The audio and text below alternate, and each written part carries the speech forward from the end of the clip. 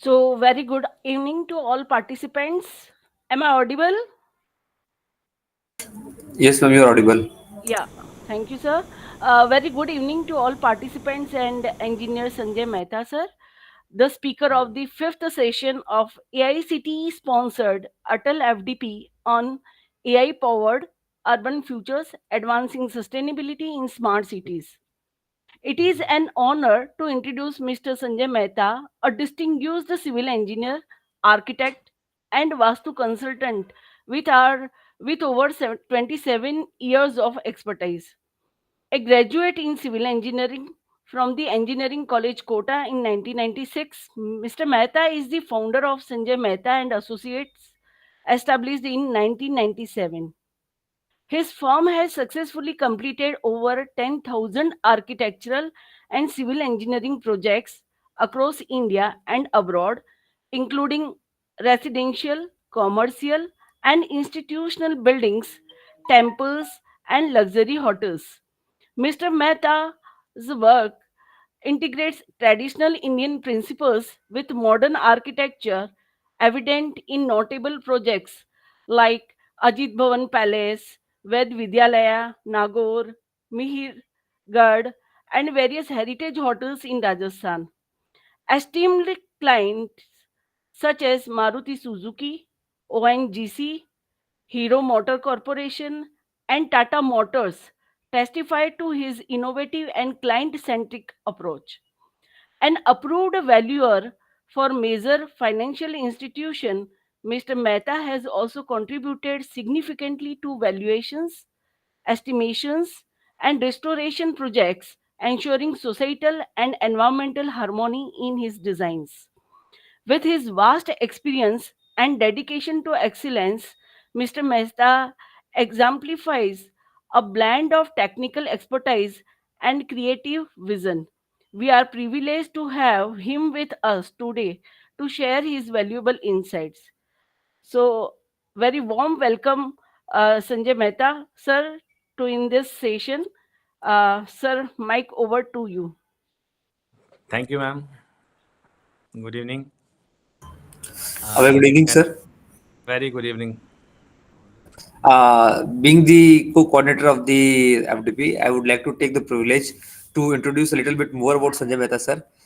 Being connected with him in various WhatsApp group, I have found him a person of a diverse background, diverse interest. I have seen his interest in art, literature, culture, and so many different fields. So this is in addition to what Ken ma'am has already introduced to you. Thank you, sir. You may please start. Start. Screen. Hello. Hello, everyone. Good evening and welcome to all to this session. And have a screen, please. Can you share the screen? Yes, sir. The control is with you. Okay, okay. You are also the host, and you can share from your end. Yeah, yeah. Please share.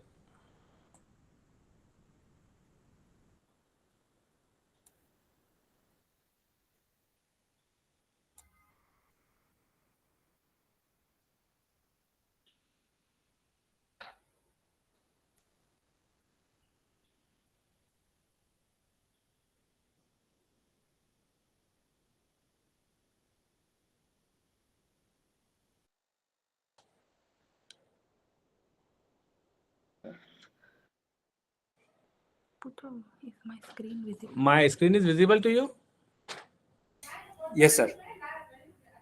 Introduction to urban Uh, Today's topic is our introduction to urban sustainability.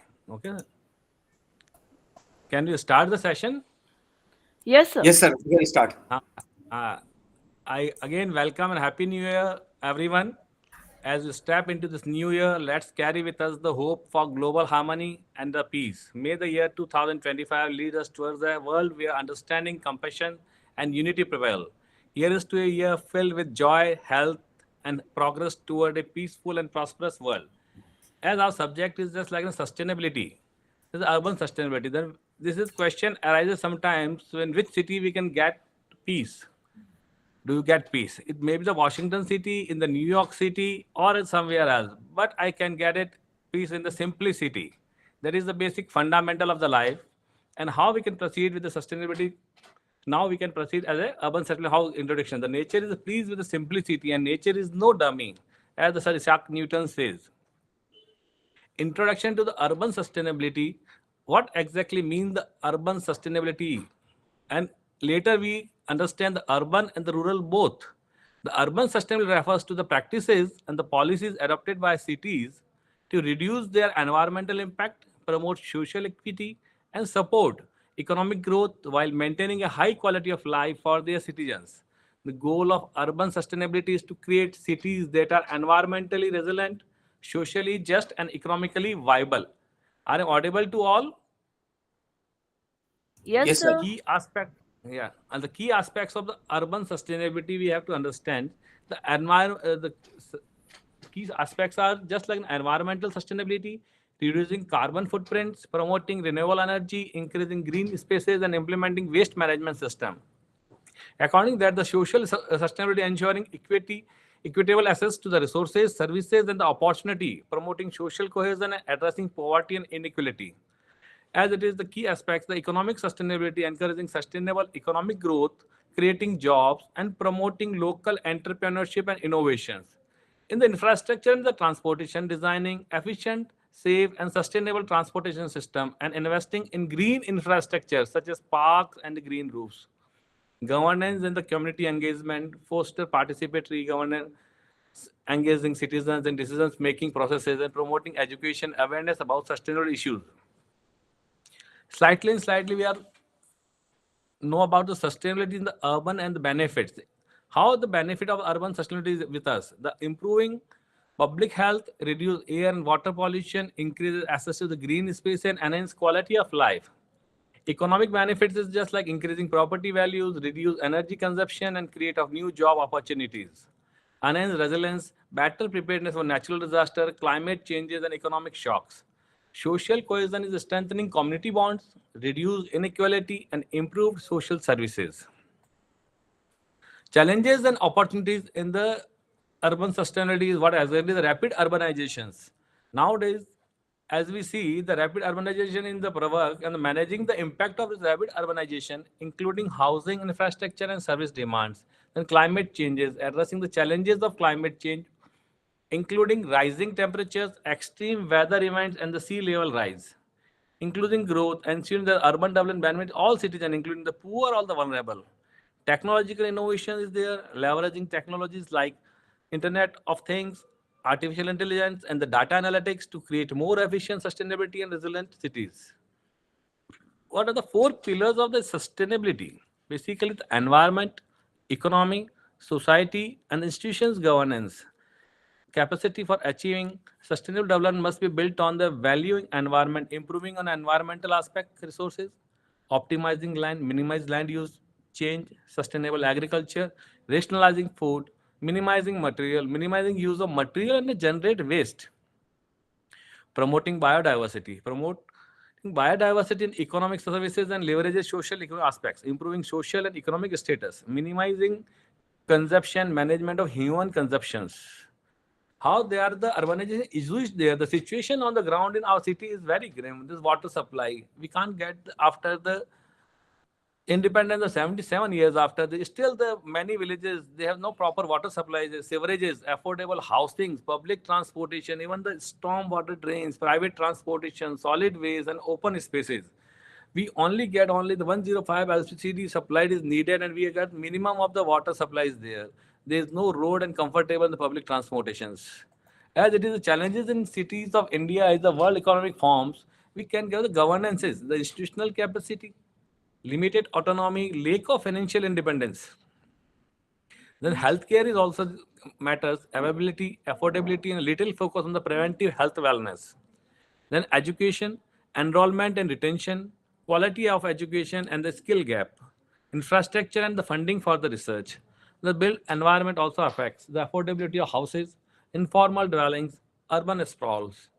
As currently the water is the main source, is the access and adequacy, independence on rain, distribution losses, reliability on the hydrocarbons, power of the energy, access and to 24/7 electricity, distribution losses, and there are many more factors in the sustainability which affects the world economic forms as we are. Example of the sustainable urban initiatives in India. There are many missions. They are working on the urban sustainability. They are just like smart city missions, aims to create sustainable, efficient, and citizen-friendly citizens through infrastructure development, technological innovations. Green infrastructures like initiative like in the Mumbai Green Infrastructure Plan and the Delhi Green Plan aim to increase green cover and mitigate urban heat islands effects. Waste management cities like Pune and Bangalore have implemented effective waste management system including segregation, composting, and recycling. Public transportation cities like Delhi, Mumbai, and Bangalore have expanded the public transport system, including metro lines, buses, bike sharing schemes.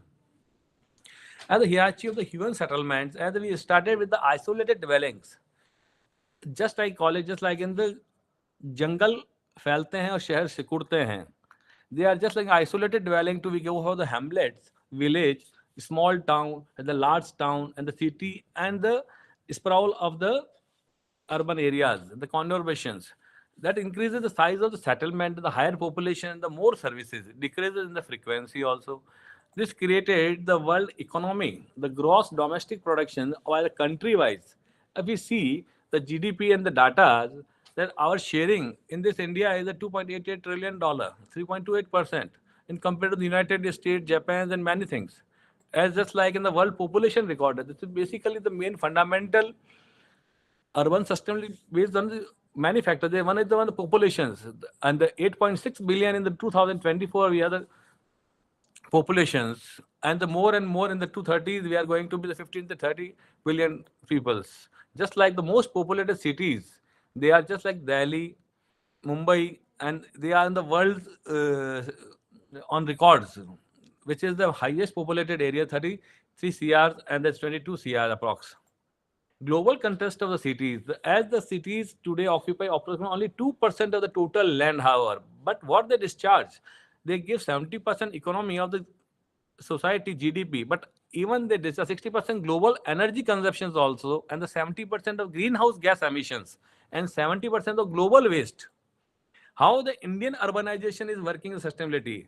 As we are working on the statutory towns and the census of the town, the total town, the growing urban footprints, as and when see the growing urban footprint, what is the difference?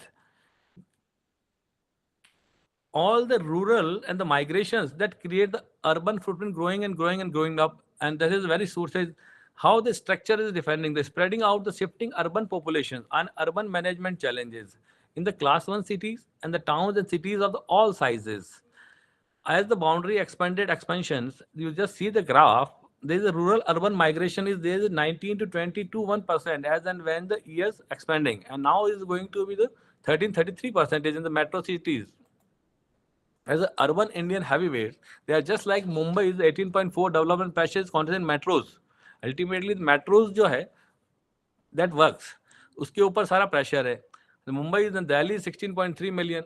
Number of metropolitan cities, share of urban populations. Future of Indian urbanizations. What we have to see as Indian urbanization, total population and urbanization rate is percentage approximate 41% till the 2030, and that is the biggest from the rural areas. And the Indian urbanization, the 10 states will be more than the 50% urbanized by 2030. Just like Tamil Nadu, Kerala, Maharashtra, Gujarat, and Punjab, Haryana, Andhra Pradesh, you see the urbanization rate per percent total population versus urban populations.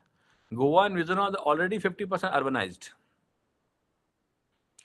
Indian urbanization. Upon the top Indian cities of tomorrow will much more bigger than the countries today. Top 3 cities will be the size of the countries today, the Mumbai, Delhi, and the Kolkata. But later and sooner, as in the 6 cities will become the 2 to 4 times more the size of Mumbai as today, Bangalore, Chennai, Ahmedabad, Pune, and Hyderabad. And the next 5 cities will equal to Mumbai is the Vadodara, Nagpur, Kochi, and Visakhapatnam. And the GDP can be different. Indian urbanization issues are what exactly we are discussing. The factor causing urbanization is the secondary and the tertiary activities. Industrialization, service, skill technology, trade and commerce, commercializations.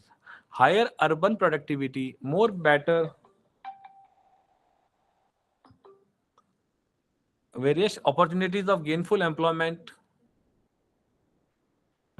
better services, better infrastructure, high income, quality of life, rural poverty, migrations, rural urban. better education, better social connectivity, major public-private investment, metro, infra, healthcare, and airports, center of power and authority, priority for development, globalization, liberalization of economy, emerging technology, effective, efficient transportation, high mobility. Urbanization is a trend and the pattern. Movement of people from rural to urban areas with population growth equating to urban migration. It is a double-edged sword. On one hand, providing people with varied opportunity and scope for economic development.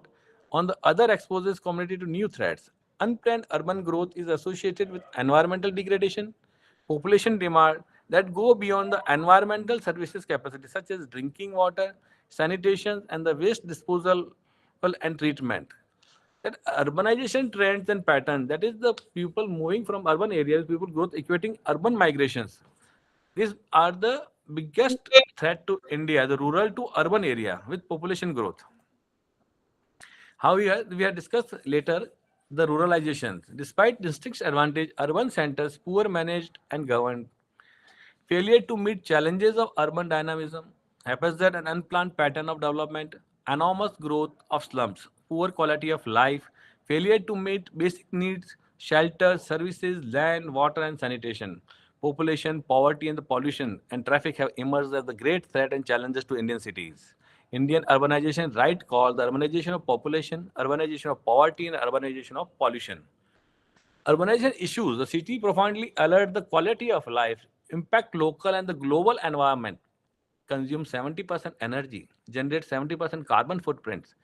Cities fast emerging as grey cities. They use land, consume resources, create high energy demand, increase travel needs, create heat islands, generate waste, create ecological problem, destroy natural habitats, add to water demands, pollution, adversely impact environment, lower down quality of life. Urbanization issues cities fast emerging as a large consumer of resources and generators of waste due to concentration of large population, concentration of large number of activities, increasing size of cities, increasing travel demand, increasing travel distance, increased use of personal vehicles, construction of large number of buildings, cooling, heating spaces for comfortable living working. Energy consumption level are rising rapidly due to increased income level, high car ownership, travel become a habit, designing building without caring for energy application, increasing level of living comforts. Considering multi-impacts essential to make cities sustainable, need to convert existing grey cities to the future smart cities. Now the crisis in Indian urbanizations. As the 11 sustainable cities and community make city human settlement inclusive, safe, resilient, and sustainable. By 2030, India will have 7 mega sites with a population over 10 million. 13% of urban households do not have sanitary toilets. 31% live in urban areas. 62 million tons per annum waste generated in the cities, and a 1.2 million population related to that in 2017. More than half of the humanity lives in city today, and by 2036, out of the 10 people live in the cities. This is the globally given the urban effects. Due to the urban effect, the cities have many problems with the electricity, water, infrastructure, pollution, transportation, urbanization, and this matter overall growth in India in the next 25 years. Most cities are likely to double their size in terms of population and more than double in area. Sustaining growth in India through better urban planning. Crisis of population is the main problem in the urban sustainability. Crisis of planning, that is, settlement don't have master plans to regulate use of land. Even the cities where such plans are available, no implementation of master plan. That is haphazard construction, aggravating problems like traffic congestions, pollutions. Crisis of urban sprawl. Urban sprawl is pattern of land use that is characterized by spread out automobile dependent development outside of more compact city centers. Hello. Delhi urban sprawl. Hello. Hello. Sanjay sir. Sir, Yes. actually, it's little too fast. I humbly request to go a little slow. Okay, Actually, okay, okay, okay, lot of okay. information is like we want to see, but it's getting Okay, okay, okay, before even okay, sure, capture sure, it sure. is I gone. know the time is constrained and I have to be concluded. That is why. Okay, No, that is I okay, will sir. take it. Actually, Yes, yes, yes. your I will take experience it. is more than Comfortable, what you said. comfortable, And comfortable, comfortable. Okay, sure. actually, Done. like there are very important information that we used to capture, but it went away. Yes, yes, That's yes. why. No, no. Okay, okay, okay, okay. Uh, It's okay, like whatever we cover, that's okay. It's not like everything to be covered. Whatever is covered Yes, is yes. okay. Delhi, हाँ, okay, okay. The sprawling cities, the urban sprawl Bengaluru. That is how the Bangalore is spreaded, and you see there's a crisis of migration, poverty, and the slums. Hotspot of migrations. That is in India. You see the Saurashtra, Mumbai, Bengaluru. The major cities have the highest migrations. You are get it from the rural areas. There is many reasons behind this. How the rural young men's brain drain, what we have calling about in the initial stages, now is they going to be the cities. The crisis of migration. This migration, it doesn't mean migration how is done. This is due to non unavailability of the facilities in the rural areas, unemployment, and the many factors which affects the young entrepreneur to leave his village. India lives in villages. If village perish, India will perish too. Once Mahatma Gandhi says, हमारा भारत का जवान, हमारा जो घर, हमारा गांव में जो भारत असली देखना है तो हम गांवों में रहते हैं. India lives in the villages. और ये भाषा अगर हम समझें तो ruralization is the main concept in India is second largest global rural system after China with 6 lakhs villages holding 70% of 8.6 billion population providing basic essentials for the human survival. How is it making fair contribution to the nation economy, sustaining large chunk of employment, holding large reservoir of manpower, providing raw material for industries, village to dominate Indian scenario in terms of population, food, and promoting industry, using agricultural produce as a basic input. Rural area fast losing to urban counterpart due to improved agriculture technology, ever-changing industrial technology, and deserve to improve the economic status. Majority of urban problems have genesis in neglect of rural area. Rural-urban migration constitute more than 20%, 1% of the urban population growth in India. Growth of slums in urban India has root in migration from rural India. I explained better this one also that cities can never be sustainable slum free unless villages development is put on a fast track. I generally discuss these things with many leaders in the Indian scenario that why not we develop our villages? If one industry is developed in the city, then why not one establish in the village also? So the our manpower, our entrepreneur should not leave the village. हमारा जवान देश का हमारा गांव से बाहर नहीं निकलना चाहिए. ये कैसे हो सकता है? क्योंकि अगर हम शहर के अंदर एक इंडस्ट्री लगा रहे हैं या हमारा जो गांव से निकला हुआ एक युवा अगर मुंबई में, दिल्ली में, बड़े शहर में जाता है और वहाँ पे वो रोजगार के लिए घूम रहा है, तो एक तो ये हुआ कि उसने अपना घर छोड़ दिया जहाँ से निकला है और वही मुंबई के अंदर वो एक चाल में एक रोड साइड्स के अंदर वो अपने सर्वाइवल के लिए रास्ता ढूंढ रहा है और वही गांव के अंदर उसके फादर एंड मदर वो पूरा ओल्ड एज के अंदर वो प्रॉब्लम्स क्रिएट हो रही है उनके साथ में.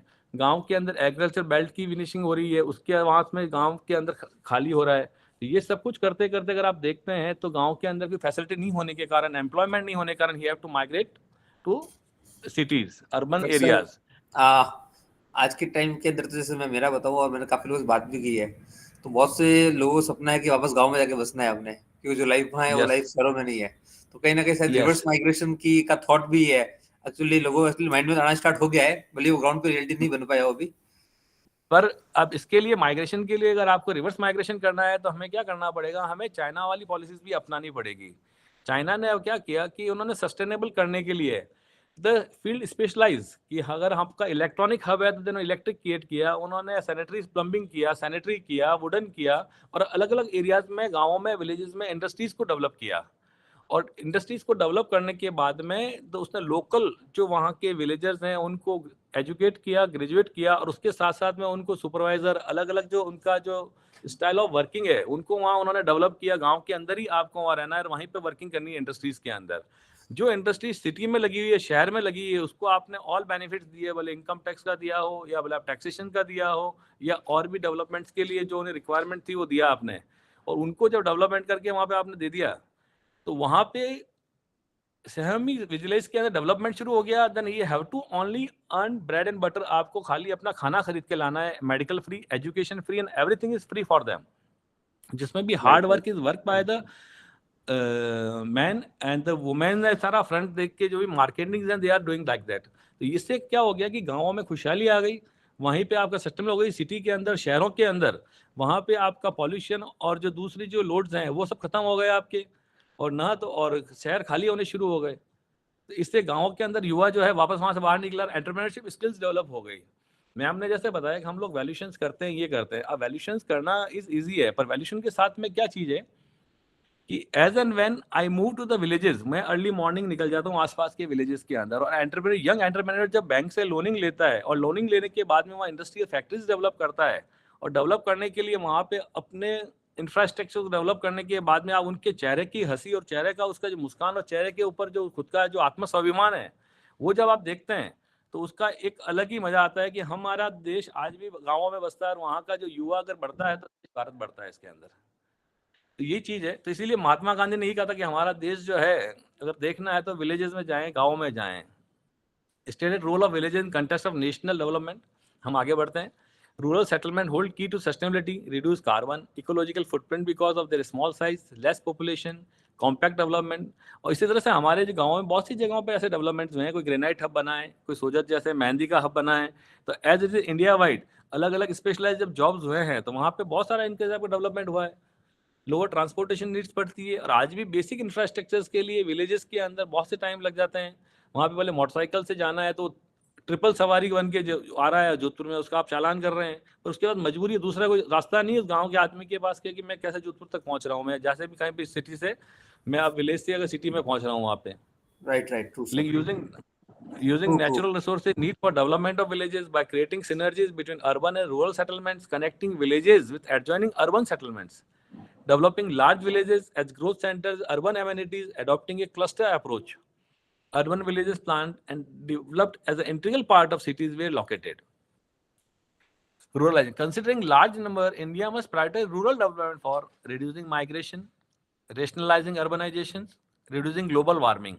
As we discussed, कि हमने माइग्रेशन को रोकना है, अर्बनाइजेशन को रोकना है, and the global warming. The villages planned as self sufficient, sustainable and independent economic entities to be provided potable water supply, sanitation, shelter for all, healthcare and education infrastructure, promoting industries for value addition to agriculture, connecting village with formal marketing system, promoting skill development for employment, improving quality of manpower, paving internal roads with drainages, house to have good air, light and ventilations, managing through a cooperative system, general electricity through renewable sources, and many, many more facilities which we can add to the villages. Can we proceed? Then urban poverty in India, direct result of rural migration, you see many things. The persons which are living the villages, they are lavishly, and but as and when go to the city, their life is very trouble. Crisis of rural and urban migration is very difficult. Reason for rural urban migration, poor countries, the push factor is that the shortage of services, education access to water and power, drought, poor yield, not enough food, small areas of land to farm, unable to buy fertilizers, only farming is work there, poverty is there, little hope of change old and traditional way of life. But in the pull factor, they believe the standard of life is higher in the cities. But there is the worst nowadays. More job in urban areas, industries attracted to cities due to large workforce and better infrastructure. Improved housing jobs, children able to attend school and medical provisions. There are many things for the urbanization. Now we consider crisis of slums. These are the crises, as we observed in the big cities, there is no toilet access, taped water, electricity in the slum areas of the big cities, non-makeshift dwellings, sewage system, paved road, motorable approach road, irregular garbage disposal, and many, many more, as it is notified and non-notified areas in the big areas. Just like you understand Dharavi in the nutshell, Dharavi जो 1884 में जो ये बसा 1884 में, और उसके अंदर अगर देखेंगे तो पॉल्यूशन इंडस्ट्री आउटस्कर्ट्स में उनको करने के लिए एक अलग से सेपरेट एरिया बनाएगा मुंबई में. आज the huge area is covered with all the slums from the migrants from the UP, Bihar, West Bengal, Odisha and Tamil Nadu has seen there. As it is crisis of human slumming, you can see this in the system. These all are from the rural villages and all are outskirts of the Indian cities. Crisis of housing, homelessness. In you've seen there are many of things, just like crisis of unemployment. This make it out all the sprouts to the cities. from the villages. Unemployment fall in the easy access lockdown. अगर आप देखेंगे इसका तो graph curvature, तो ये fall down जो है बहुत ही बड़ा है, और इसके migration is the main things to the cities. Just like कहाँ है मेरा रोजगार, where is my job, and there is a lot and lot of day to day एक संघर्ष है जीवन के लिए अगर आदमी घर से बाहर निकलता है तो. And the crisis of over crowding, pollution and traffic and transportation. Crisis of over crowding, pollution, traffic, transportation में हम आगे बढ़ेंगे कि over crowding of building people, मतलब किस तरह से सिटी के अंदर ओवर क्राउडिंग्स हैं, स्लम्स के अंदर ओवर क्राउडिंग्स हैं, और किस तरह से वहाँ रह रहे हैं. तो वो एक बहुत बड़ा चीज़ है, भले हांगकांग हो, चाहे मुंबई हो, चाहे दिल्ली हो, there is lot of overcrowding of building. Then environment issues in India, just as seen the Delhi, the Paralis and everything, that can be resolved in the best ways. पराली जो जलाने का, तो हमने एक 2001 में गंगानगर में एक प्लांट बनाया था कि जो पराली ये निकलती है बायोमास, तो हमने एक पावर जनरेशन स्टेशन बनाया था वहाँ पे कल्पतरू पावर स्टेशन के लिए, कल्पतरू ग्रुप के लिए, जिसके अंदर ये लोग जितना भी बायोमास निकलता है जो लास्ट में कटिंग होता है, तो उसका वो लोग बायोमास से इलेक्ट्रिसिटी जनरेट करते हैं. और आज भी वो पदमपुर रोड के ऊपर इस्टेब्लिश्ड है और डूइंग वेरी फैंटास्टिक वर्क. जो इलेक्ट्रिसिटी जनरेट जाती है, जो कि जलाना नहीं पड़ता, वेस्ट नहीं होता है उसके अंदर से. इसे एनवायरमेंट इश्यूज इंडिया में हैं. फिर every breath we take, pollution is the biggest environmental cause of premature death according to the Lancet study. The absolute number of India surpass all countries in such death. तो एक सांस लेना भी दुर्भर हो गया है कि अगर हम सस्टेनेबल अगर नहीं है हमारी सिटीज, तो हमारे पास पर्पस नहीं है. And the crisis of pollution, India's air pollution crisis get worse with deadly ultra fine airborne particles, killing millions across countries and cost the country's economy. और ये एशिया की मोस्ट पॉल्यूटेड सिटीज में से दिल्ली है, कानपुर है, लुधियाना, ग्वालियर, पटना, इलाहाबाद, ये रायपुर देखेंगे तो इनके जो क्यूएम है, जो पॉल्यूशन के हैं, वो बहुत ही बुरी स्थिति के अंदर आज देख रहे हैं हम लोग इसके अंदर. जिस तरह से क्राइसिस ऑफ ट्रांसपोर्टेशन, अब इसके अंदर आप देखेंगे हेट्रोजीनियस कैरेक्टरिस्टिक ऑफ ट्रैफिक आप हमें मिलेगी यहाँ पे. इंडिया के अंदर आप बैलगाड़ी भी चल रही है, गाड़ी भी चल रही है, छकड़ा भी चल रहा है, कार भी चल रही है, साइकिल्स भी चल रही है. We never promote pedestrian, cycle, bicycles, इनके जो पाथ हमारे पास में एब्सोल्युटली ओवर रूल किए जाते हैं. Increasing individual vehicle ownership, low road capacity, poor road geometry, large obsolete vehicle population, inefficient and inadequate public transportations, high degree of environmental pollution, low priority for traffic planning, low priority to bicycle and pedestrian, poor traffic management, mismatch between vehicle density and the road capacity, multiple city of agencies involved, absence of unified traffic regular authorities, acute problem of parking, high rate of accidents, WHO 10% world road fatalities, 1,30,000 in India. Traffic crashes occur every minute and life is lost every 3.7 minutes. And that is seen अभी हमने just एक जयपुर में जो देखा है trailer के साथ के अंदर, द बिगेस्ट, बहुत ही बड़ा एक टिपिकल जो ऑयल टैंकर के साथ में ये हुआ है, तो ये बहुत ही बुरी बात है. And the crisis negative impact national economy को ये बहुत बड़ा इफेक्ट करता है. क्राइसिस ऑफ ट्रांसपोर्टेशन भी इसमें एक बड़ा पोर्शन है. तो मोबिलिटी में पिरामिड में जस्ट लाइक मोबिलिटी पिरामिड किस तरह से है कि we can promote the walking, cycling and the public transportation and sharing cars and share rides. Private cars हैं और प्लेन, लास्ट अपॉर्चुनिटी होनी चाहिए हमारे पास कि हम लोग इसको शेयर करें. इसी तरह से आप देखेंगे कि आज तारीख में जो ट्रैफिक और इसके कैरेक्टरिस्टिक्स हैं, वो तरह तरह की हर सिटीज के अंदर ये प्रॉब्लम क्रिएट हो रही है due to Indian road congress के निकाल के hello due to unplanned way of the traffic signals, rotaries and roundabouts and the proper planning. ये क्यों हो रहा है? क्योंकि आज तारीख में इंजीनियर्स कम और लीडर्स ज़्यादा रोटरीज और डिजाइन कर रहे हैं और तोड़ रहे हैं और बना रहे हैं अपने नाम के लिए. And they are not properly design as rotaries and roundabouts and the highways and roads. Conflict between man and machines, अगर आप देखेंगे मैन और मशीन का जो कॉन्फ्लिक्ट है, that is a big issue है. Urban travel, that is again the unappropriate transportation, vehicles नहीं है हमारे पास. काफ़ी चीज़ें हैं जो गांव से इनएडिक्वेट मास ट्रांसपोर्टेशन हैं, तो इन लोगों के लिए सारा है. पुअर रोड कंडीशंस हैं. और crisis of water flooding and climate change energies है. Crisis of water flooding and climate change energies में क्या क्या चीज़ें हैं कि आज हम लोग क्लीन वाटर एंड सैनिटेशन के अंदर 18% वर्ल्ड पॉपुलेशन है, नियरली जो है उसमें 4% को रन ऑफ रिवर, वहाँ कुछ पानी नहीं मिलता है. कहीं पे आपको 500 million people affected by drought in India, और अलग अलग परसेंटेज में people have gain access to improve drinking water sources के लिए भी बहुत प्रॉब्लम्स हैं. जिस और इसी के साथ में जो चाइल्ड हेल्थ है ड्यू टू सर्व डायरियाज और इंडिया ये डेथ होना, इसके बाद बच्चों का सर्वर जो डायरियाज हैं इसके अलग अलग पानी की वजह से, क्लीन वाटर एंड सैनिटेशन की वजह से ये प्रॉब्लम्स क्रिएट हो जाती है इंडिया के अंदर। सस्टेनेबल गोल हम डेवलप नहीं कर पा रहे हैं। वाटर क्राइसिस जो है कि बहुत ही बड़ा क्राइसिस है। आज भी 77 ईयर्स के बाद में भी भारत के अंदर एक स्वच्छ पानी पीने के लिए आदमी को किलोमीटर तक चलना पड़ता है। हाइजीन रिलेटेड डिजीजेज, और हर 2 मिनट के अंदर एक पानी की बीमारी से आदमी प्रॉब्लम में क्रिएट आ जाता है। इन क्राइसिस ऑफ वाटर्स आप देख रहे हैं किस तरह से आप विलेजेस में, गाँवों में और शहरों के आसपास के एरियाज में आपको बेटर प्रॉपर टीडीएस एंड उसके जो हाइजीन वाटर्स हैं वो नहीं मिलेगा आपको। 54% of Indian ground water wells are decreasing. ये थ्रू आउट इंडिया के अंदर आप देखेंगे। इसके अंदर by 2030 40% of the population will have no access to drinking water and 6% Indian GDP loss due to the water crisis. जिस शहर में पानी और पानी की आवाज अच्छी है, पानी अच्छा है, तो वहाँ की लैंड रेट्स भी बढ़ गया और वहाँ का एनवायरनमेंट हेल्दी है और the peoples are flourishing. But as and when जहाँ पे नहीं, वो बैरन हो गए लैंड, गाँव और जमीनें वहाँ की सारी। अर्बन फ्लडिंग्स को भी अगर आप देखेंगे तो this is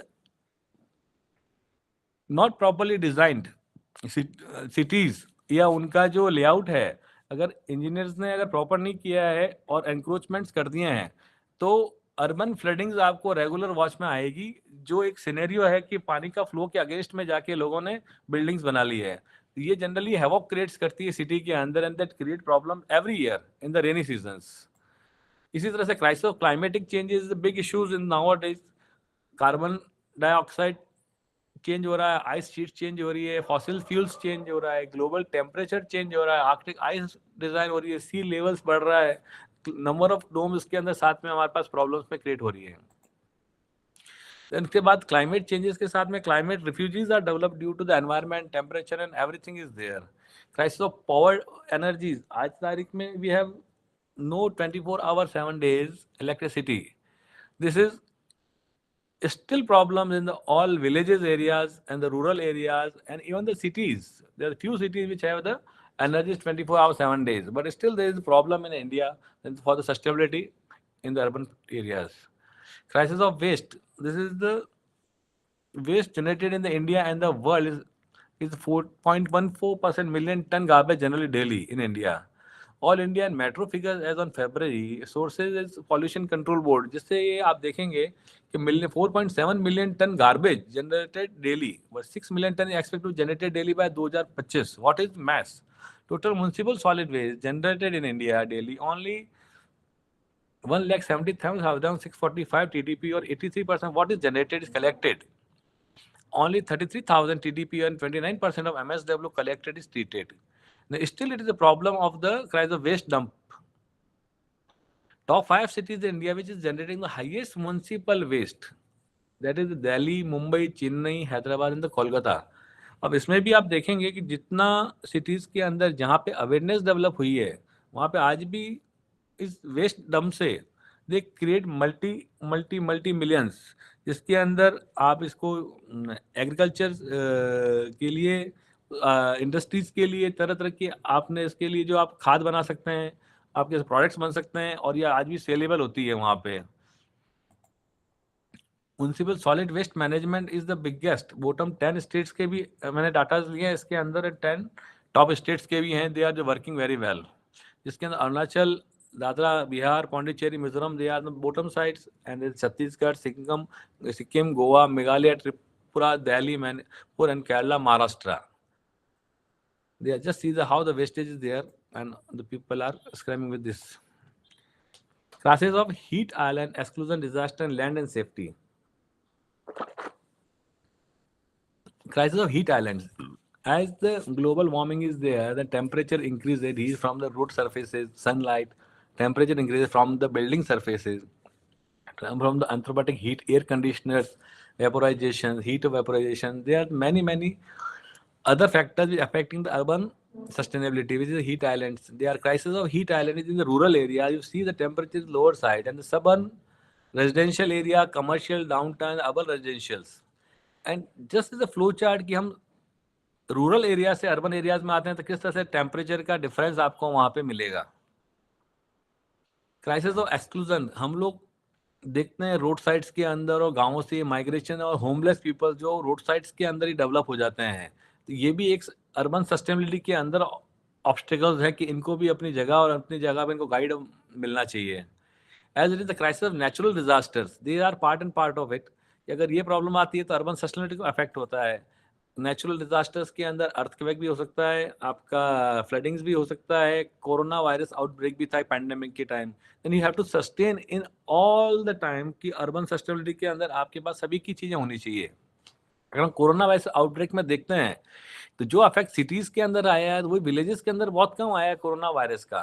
the environment health and proper जो rural areas is better than the urban sides.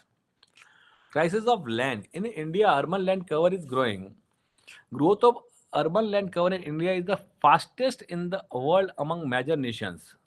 जिसके अंदर हम देखेंगे India is on the fifth place, 20 countries with the largest area of urban land cover as of 2000।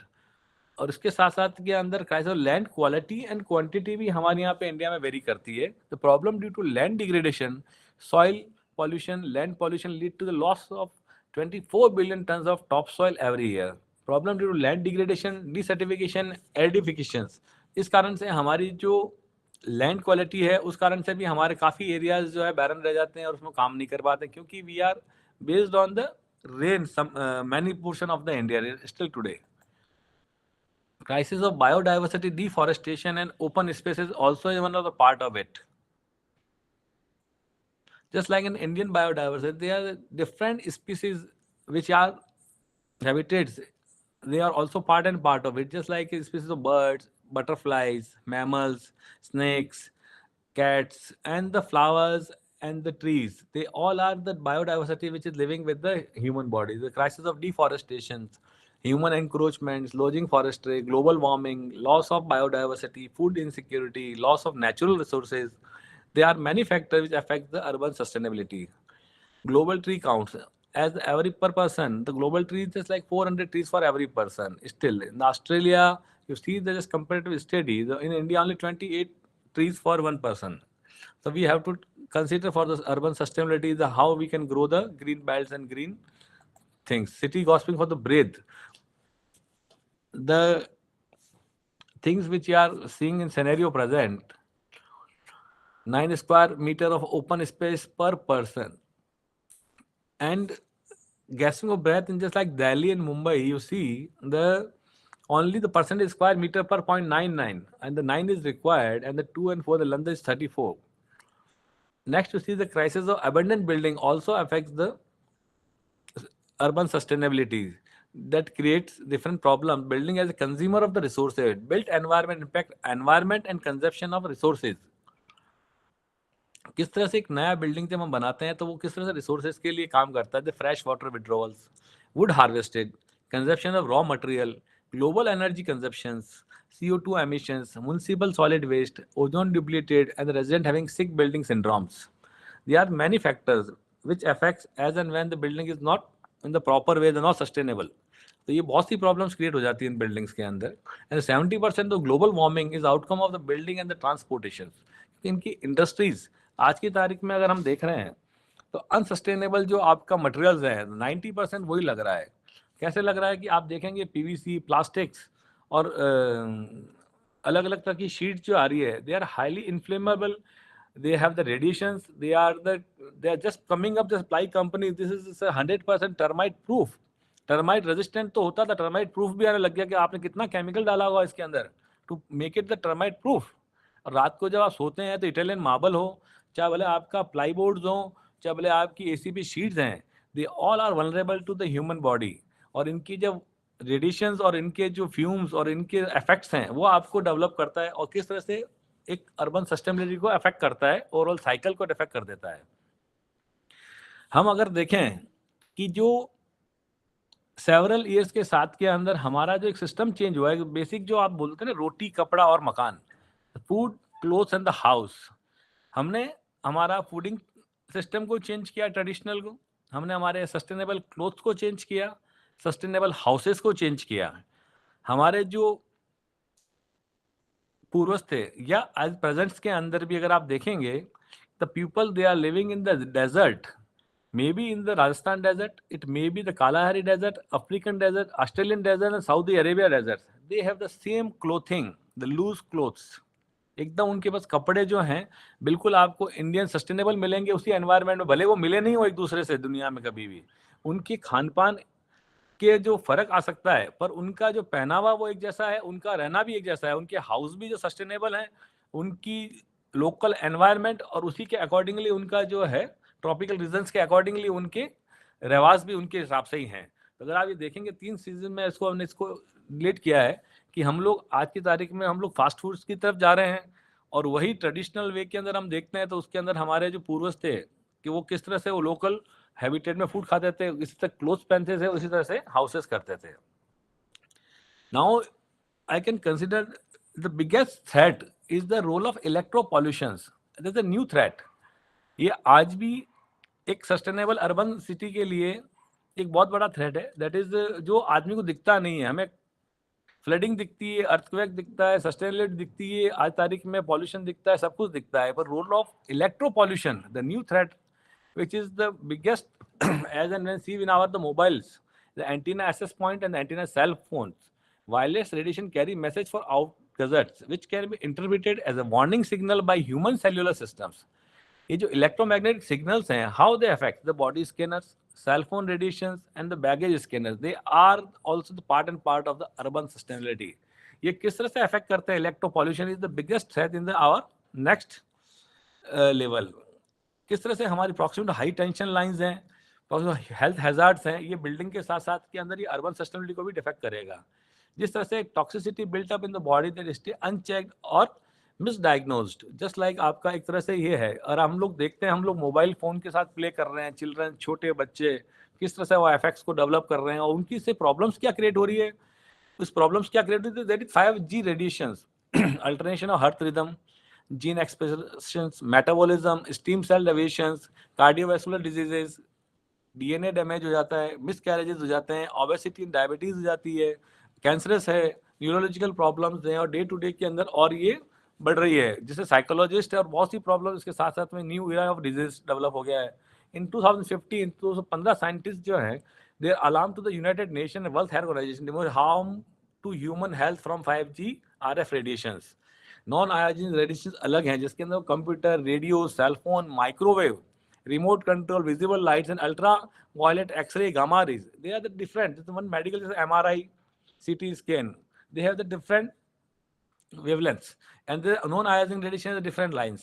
The electromagnetic spectrums को अगर आप देखते हैं, time varying fields, there is a totally damaging किस तरह ionizing radiations and non-ionizing radiations है। तो इनकी frequency आर द डिफरेंट, और डिफरेंट फ्रीक्वेंसीज के ऊपर किस तरह ह्यूमन बॉडी को प्रॉब्लम्स क्रिएट कर रहे हैं, और इससे बहुत सी स्पीसीज ऑफ द बर्ड्स और माइग्रेशन शुरू हो गया। That is known as geopathic stress in the building and the body both.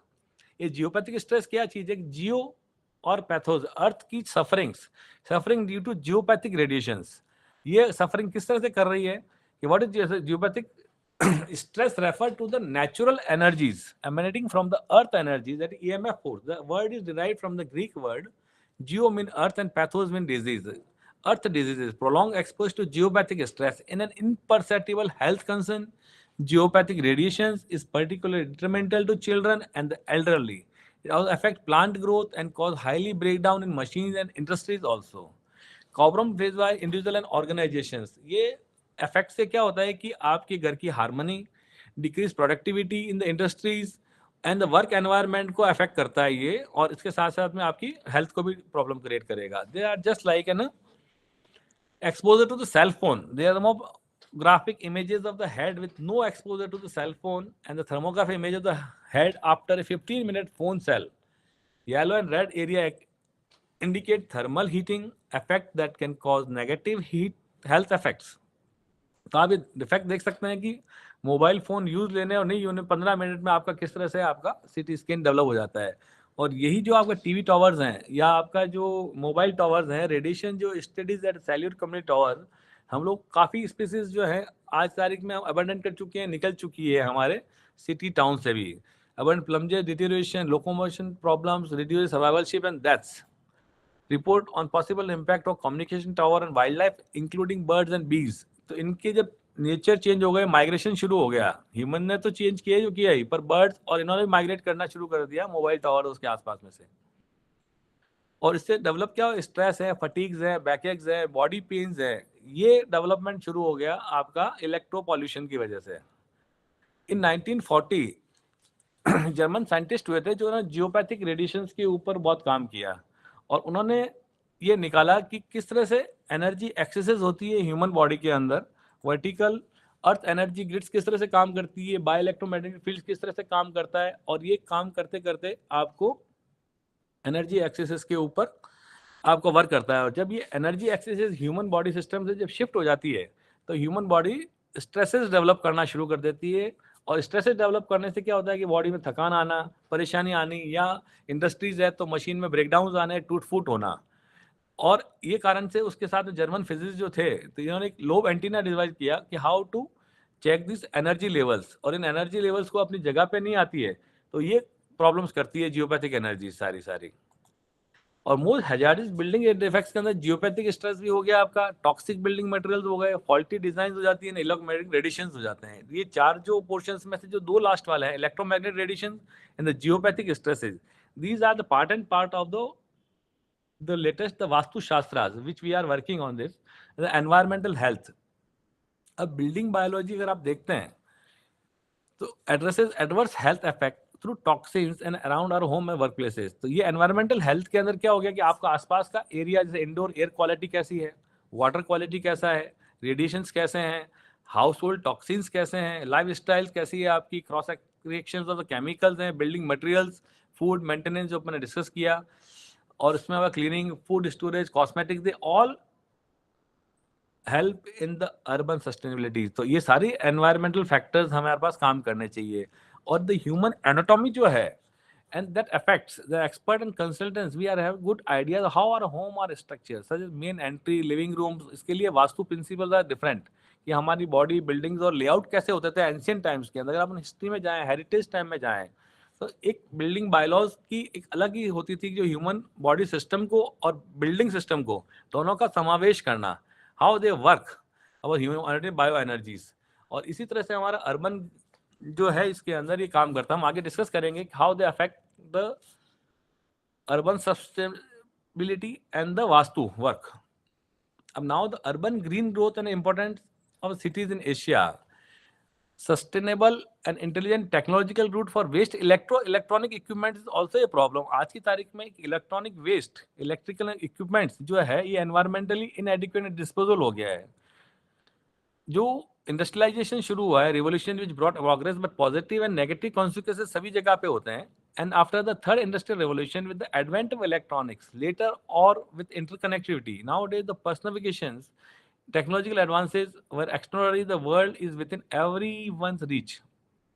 और ये प्रॉब्लम इलेक्ट्रॉनिक एक बेस जो है आपका, ये अर्बन सस्टेनेबिलिटी के लिए बहुत बड़ी एक आने वाली भविष्य की समस्या हो चुकी है। और ये अर्बन ग्रीन ग्रोथ जो है, that is the grown on the world now seeking effective and continuous efforts to implement appropriate strategies and policies to address the proceedings with worries over worldwide economic crisis, intensifying warning that society is violating various planetary limits or ecological limits। Green growth is the part of economic development whereby the environmental degradation can undermine human well-being through various ways such as flood, which can severely damage infrastructures।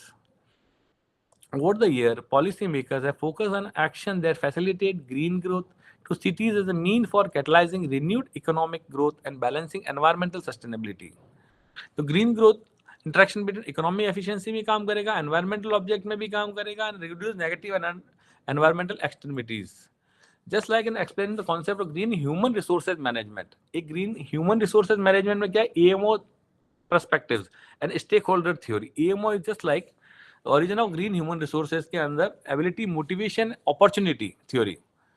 As a claim by AMO theory, as the employee is more committed towards his or a task and objective of the organization, where the organization is able to provide ability, motivation and opportunity। अगर हम इसमें देखें कि green human resources management, this is also part of urban sustainability, कि हमारा वो staff आदमी है जो वर्किंग एनवायरनमेंट है that help the ability to employ psychological, mental, financial, economic, and training physical or social capital, as these are all necessary to perform efficiently. उसकी एपेबिलिटी का best outsourcing निकल जाए psychologically, mentally, financially and economically. इससे तो motivation, employ can be motivated through rewards, incentive, performance appraisal, recognition for efficiency, high responsibility with higher pay, transformational leadership, and security of job. Opportunities can be provided for employee through quality circles, teamwork for problem solving, decision making processes, effective communication, and sharing of information, favorable work environment, work flexibility, and counseling, etc. Just a minute. Stakeholder theory confirms that an organization does not operate in isolation or only with the partnership from its shareholders, or is a result of a partnership between the organization and its stakeholders, which are employee, contractor, customer, local environment, and committees from which the organization operates from, etc. Now we can discuss the role of Vastu Shastra in the urban sustainability. How healthy is your home or the city? The response to this question today would probably be one of the amusement, but ancient wisdom across civilization laid great stress on good living through the construction of healthy homes. Their wisdom was based on the total understanding of the mysterious energies that surround us and their interaction with the human body. The Indian art of Vastu Shastra, the Chinese Feng Shui, and the European Freemasonry are replete with the evidence of knowledge and mastery of energy with precision about how to build a healthy home, healthy city. But they do not say why or how. A research attempt that welcome to the experience. In ancient time, architecture was not only a creation of form to define space, but also inherently a sacred form. Three-dimensional mandala or ancient creators form that were in harmony with the law of that great creation that surround us. Form that live no longer in time but have outgrown time and not live in the eternity. Forms were built to express cosmic truth, allowing human experience of the multi-attributes of the infinite through the inherited magic of the numbers, sacredness of proportions and materials, mysticism of harmonics and color, and choice of the correct location and moment in time was critical. वास्तुशास्त्र जो है ये एक system create किया गया कि origin जो है इसका सेक्रेट वेदास के अंदर से लेके life, culture, science and the philosophy, और किस तरह से अथर्ववेदा से लेके हमारे सैकड़ों शास्त्र, मायामता और अलग अलग जो इसके ऊपर जो थीसिस पीएचडीज हुई है आउट ऑफ इंडिया, और इसके ऊपर जो वर्क हुआ है, डॉक्यूमेंटेशन एंड द लोकल जो documentation of the construction techniques and जो आर्ट थी हमारी, वो आज तक कभी भी डॉक्यूमेंटेड नहीं हो पाई थी. पर हमारे ओल्ड सिस्टम्स के अंदर, वास्तु के अंदर, अलग अलग फेसेस के अंदर they created the sacred symbols, sacred calculations and the principles of vastu shastras, जो पूरे आर्किटेक्चर को एक different Hindu science of architecture थी जिसके अंदर इसका वर्क किया गया. पर as and when the time faces in the time that the time of the Britishers and 200-300 year old, ये एक अलग से चला गया. पर इनके ऊपर आज भी हमारे जो साइंसेज हैं उसके ऊपर ज़्यादा वर्क नहीं हो पाया, और इस कारण से नॉन डॉक्यूमेंटेड रह गए बहुत सी चीज़ें. और किस तरह से एक सिटी टाउन प्लानिंग, एक सिटी टाउन प्लानिंग के बाद एक शहर का एक जो एक नक्शा होता था, तो उसका एक अलग ही एक सेक्रेट था कि house plan and building bylaws बना करते थे. ओल्ड टाइम्स के अंदर हम हैप्पीजेट नहीं बना सकते थे, बिल्डिंग इंटरकनेक्टेड थे. House building in ancient India was never taken in haphazard fashions. ये बायलॉज के साथ में चलते थे. इंडिविजुअल सिटीजन सिक्रोनाइज और उसकी अलग अलग पोस्ट और उसकी जो काबिलियत थी उसके अनुरूप उनके रेजिडेंशियल कैरेक्टर्स और उसके मकान और उसके टेम्पल्स और बेंगलोर सभी जितने भी थे, तो आप देखने से पता लग जाता था कि किस तरह से कौन सा रहता है इसके अंदर. और उसके साथ साथ में तरह तरह के इसके साथ में इनके इफेक्ट्स भी थे, साइंटिफिकली इफेक्ट थे कि horror of death, destruction, diseases, किस तरह से अगर हम लोग सही नहीं बनाते हैं तो उसकी क्या प्रॉब्लम्स आती है building bylaws accordingly in the principles of vastushastra. जिस तरह से आप देखेंगे एक सिटी टाउन प्लानिंग का जो है प्लानिंग अकॉर्डिंग टू द वर्ण एंड जाति, जाति वर्ण अधिवास, आदमी का जैसा औहदा जैसी जाति उसके अनुरूप उसको क्रिएट किया जाता था. सिटी के अंदर टाउन प्लानिंग होती थी. That is known as folk planning in the earlier times in India, जिसके अंदर सिटी सेंटर्स में, अगर आज भी हम कहीं जाते हैं रूरल एरियाज में, विलेजेस में, सिटीज में, तो सेंटर ऑफ द जो हार्ट है वहाँ पे द किंग का अबॉर्ड एक आपको पैलेस मिलेगा. उसके बाद में उसके ministers, priest, Brahmins, warriors and the all around is the Kshatriyas and इसके डिफरेंट इसके जो वॉरियर्स मिलेंगे। तो एक सिटी टाउन प्लानिंग का एक बहुत ही बढ़िया एग्जांपल्स हैं। और इसके बेनिफिट्स ये है कि फॉल्क प्लानिंग के अंदर ये था कि जिस तरह से आप काम कर रहे हैं तो मतलब एक सिटी टाउन प्लानिंग के अंदर आपका जैसा व्यापार है, the business as you have the same characteristics you are आपकी शॉप में भी मिलेगी और आपका वही डायरेक्शंस की आपकी दुकान होगी, जिससे फॉल्क प्लानिंग है। अगर आपका साउथ फेसिंग है then you have the different business. South west है तो अलग बिजनेस मिलेगा, नॉर्थ है तो अलग मिलेगा, सभी के लिए अलग अलग एक क्राइटेरिया और शॉप का शेप दे रखा था, किस तरह से आपका शेप के अकॉर्डिंगली आपकी बिल्डिंग और उसका मूवमेंट होना चाहिए हमारा और बिजनेस होना चाहिए। इसी तरह से आज तारीख में the government of Rajasthan has created the biologist, building biologist, कि भाई हमारा कोई भी रेजिडेंस है, कंस्ट्रक्शंस हैं, वो एक नई सिटी के अंदर रिलेवेंस टू बिल्डिंग बायोलॉजी के साथ में होना चाहिए। नए भवनों में अब नहीं मिलेगा वास्तु दोष। Even the instructed to the housing board in all town planning कि भाई आपको जो भी बनाना है as per the principles of the vastushastra ही बनाना पड़ेगा। इसी तरह से अगर आप जयपुर या जोधपुर में देखें मार्केट्स, तो they are the dice formation. Sawai Jaisingh ji का जो बनाया हुआ है सूरज पोल से Chandpol, the they are in the dice formation. Dice formation में क्या था कि आपका पूरा जो सिस्टम है that is dice formation highly positive energy created. और उसके अंदर पहले जोधपुर में क्लॉक टावर है या जयपुर का सवाई जयसिंह जी का सूरज पोल से चांदपोल में है। तो इनके ओल्ड टाइम्स के अंदर इस पे परेड्स की जाती थी सैनिकों की, जिससे या जिससे वो हाईली पॉजिटिव एनर्जीज गेन करें एंड दे हैव। और आज भी हम उन मार्केट्स को देखते हैं, every time they are full, वो आपको पूरा भरा पूरा मिलता है इसके अंदर। Dice pole near the clock tower market in Jodhpur and the Jaipur also. If you see the town planning of the old city of Jaipur in the dice formation, that is Chaupar, and still this is the best market and the full for the 24 hours open. इसी तरह से form must follow it function. Old time के अंदर हमारी हवेली हो, मकान हो, घर हो, तो वो फॉर्म मस्ट फॉलो। आप देखने से पता लगता था कि ये हवेली है, ये स्कूल है, ये टेम्पल है, ये मकान है। और as it is from the Kashmir to Kanyakumari in everywhere in the India, हम देखते हैं Indian courtyard houses, the energy sustainable houses, they are the urban sustainability. आप हम देखते हैं तो ये wada houses in Maharashtra, the Indian central courtyards होते थे सभी जगह पे। Chettinad houses in the Rajbari in the Kolkata, Neelkanth houses in Kerala are all shown in these pictures, are also known as the courtyard houses in India. These houses in India are the classic example of ancient Hindu principles of Vastu in architecture. इसके साथ साथ के अंदर in the time of corona virus you see, आप देखते हैं कि एक सिटी के अर्बन सस्टेनेबिलिटी के लिए ऑक्सीजन का कितना बड़ा रोल है। और कोरोना वायरस के टाइम्स के अंदर देखा होगा लोगों ने ऑक्सीजन सिलेंडर, ऑक्सीजन के लिए कितना मूवमेंट किया।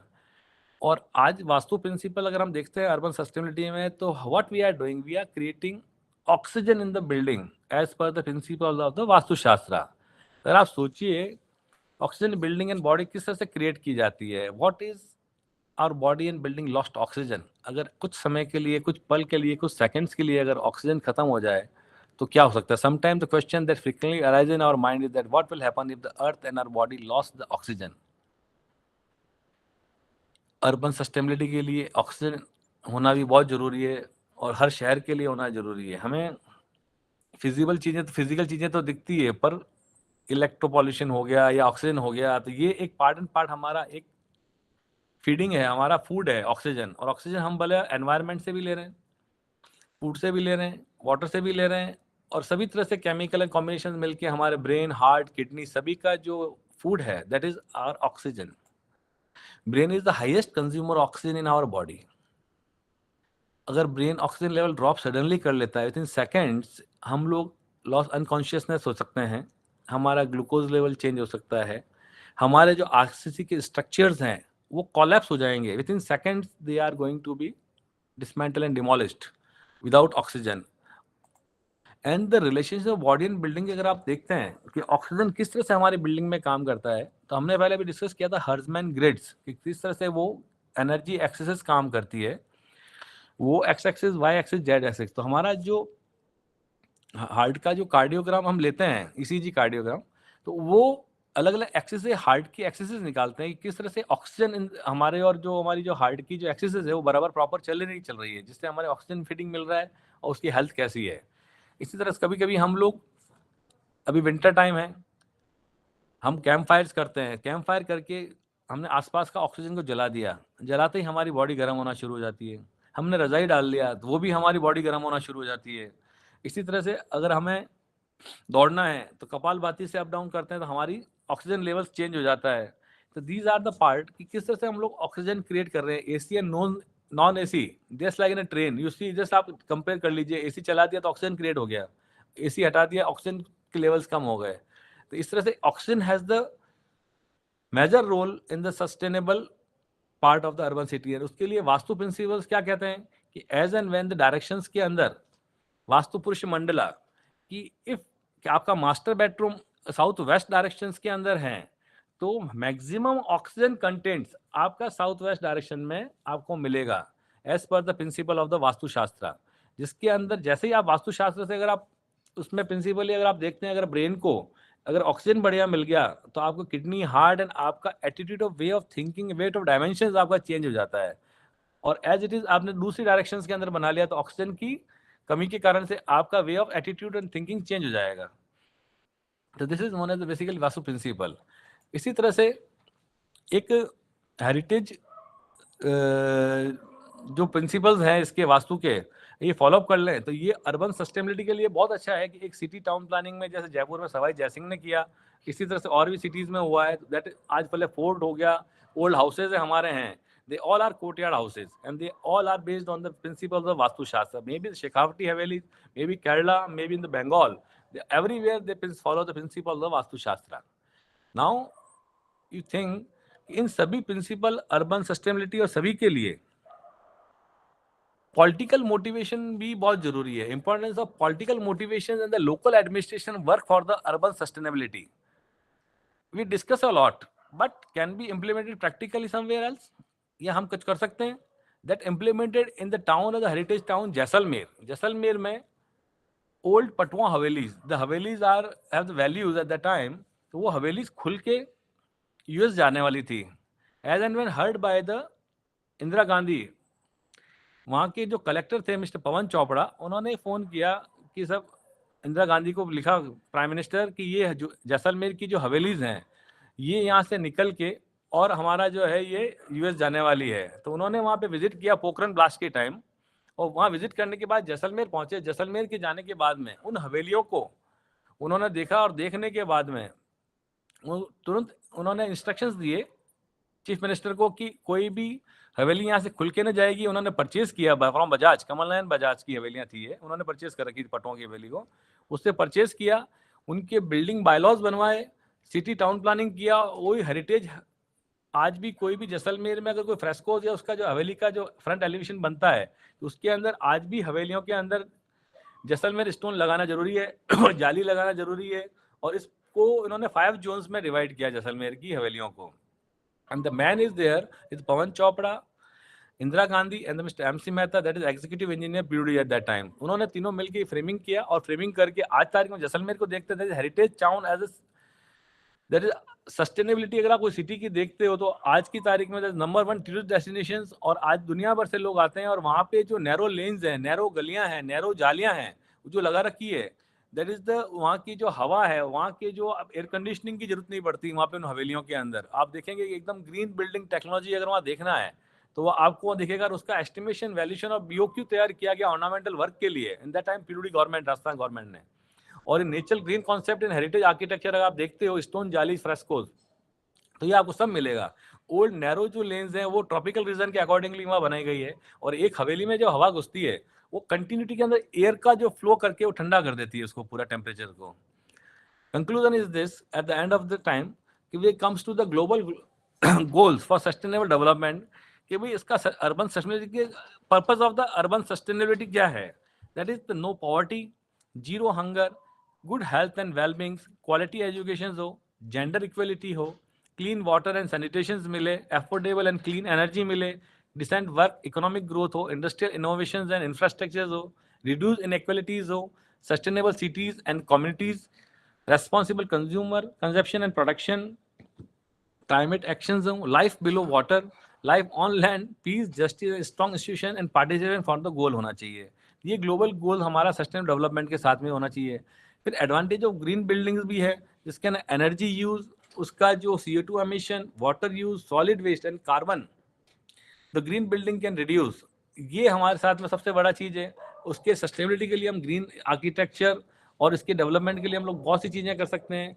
Minimum heat gain and heat loss, creating garden open spaces, incorporating green spaces, minimum urban floodings, improving air quality, integrating natures with the cities, and living a smart world जिसके अंदर self sustain electromagnetic levels हो, जो smartphone detections हैं, air pollution, forest fire detection, wire quality enhance, और सभी तरह की एक सिटी के अंदर क्वालिटी ऑफ शिपमेंट कंडीशंस और वाटर क्वालिटी और different level of waste management, everything should be inside the एक डिफरेंट सिटी के अंदर जो होना चाहिए. How we are we rethinking the problems, re-envisaging and redesigning city to function more like forest. So water is absorbed back into the ground. In addition to treat storm water through traditional means will solve our region-wide storm problems.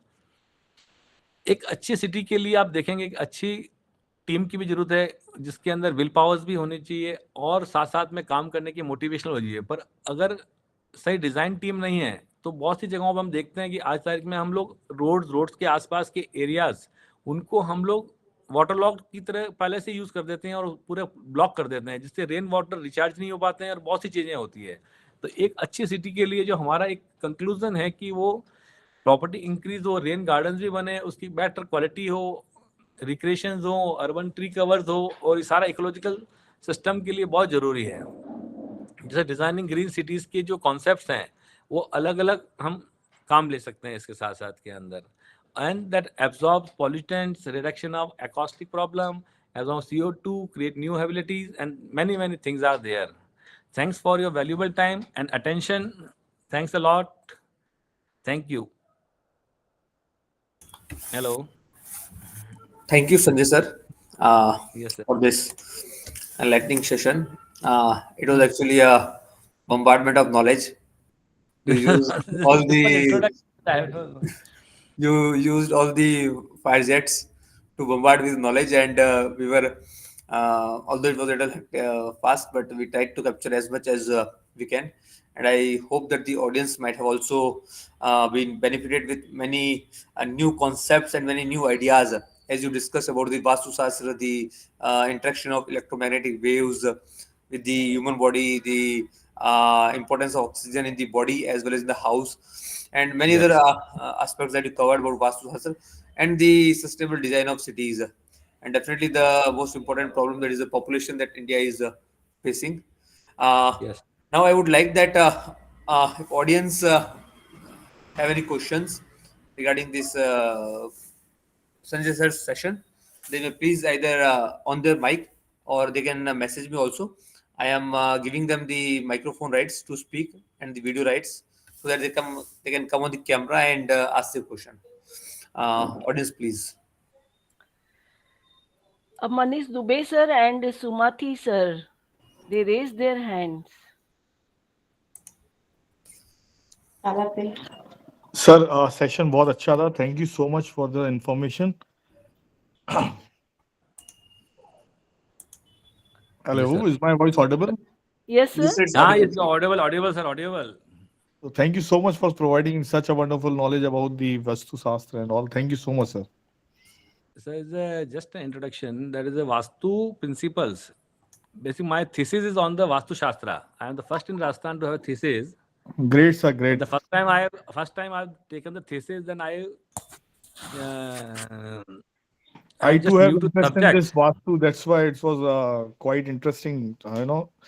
Yes, then the basic urban sustainability is without Vastu is not survival, because everything from the health, wealth, and the prosperity Yes, sir. in all the three fields we need. Yes, sir. बिल्कुल sir. Actually क्या है कि अगर हम deep जाएं तो कहीं ना कहीं इन सारी चीजों का हमारे लाइफ पे अफेक्ट 100% Manish, sir, होता है. if you can on Sir, the camera, it would they be great. all are correlated, and sometimes I have the lecture on the subject. The geobiology is the field. The geobiology, how is the work, the mysterious energy inside and around us, जिसके अंदर animal instinct से लेके हम लोग कल और discuss करेंगे subject के ऊपर डिजास्टर मैनेजमेंट में. I can Yes, explain surely. Better way. एक सब्जेक्ट है AI and the disaster management. तो कल Surely, एक sir. Lecture Surely. और है मेरा 7:30. देन आई द डिजास्टर्स किस तरह से ये electropathic waves and radiations we can discuss in details. How the Vastu works and what is the science behind it. and everything is scientifically. So you really appreciate that. Okay, sir. Thank you. Yes, sir. Next. Dr. Krati Sharma. Wonderful session, sir. I really enjoyed a lot. And the terms, because again, I say that I'm a scholar of humanities. So the term you use, that is JIET, like, talk about that how geographical location create trauma, even, and the urban poverty which you talked about. So now how we can, talk about everything to be done, because on paper it has been done, the small scale industry, we're talking about loans, we are talking about, but how this can be meet out. See, this is the time that we have to really look forward to do the things which are there on paper, which will be defined. So how this can be done, sir? What is, how we can proceed to those things? That is my question. I, yes, very nice question. And this practical, how to do practical in the field work, the theory to practical. In discussing in the paper is very nice, but as and when we go to the field, it's very difficult to implement everything. And this things is very difficult from the very early time, as and when I come to this profession. That is one institution known as INTAC, Indian National Trust for Architecture and Cultural Heritage. We discuss a lot, we think a lot about the nature, heritage, architecture, and many things. As and when we go to the government departments, they are not or unable to provide us any support for the conservation, restoration of the old structures, and they simply destroy and demolish old heritage properties. And this is the very bad for the our Indian scenario.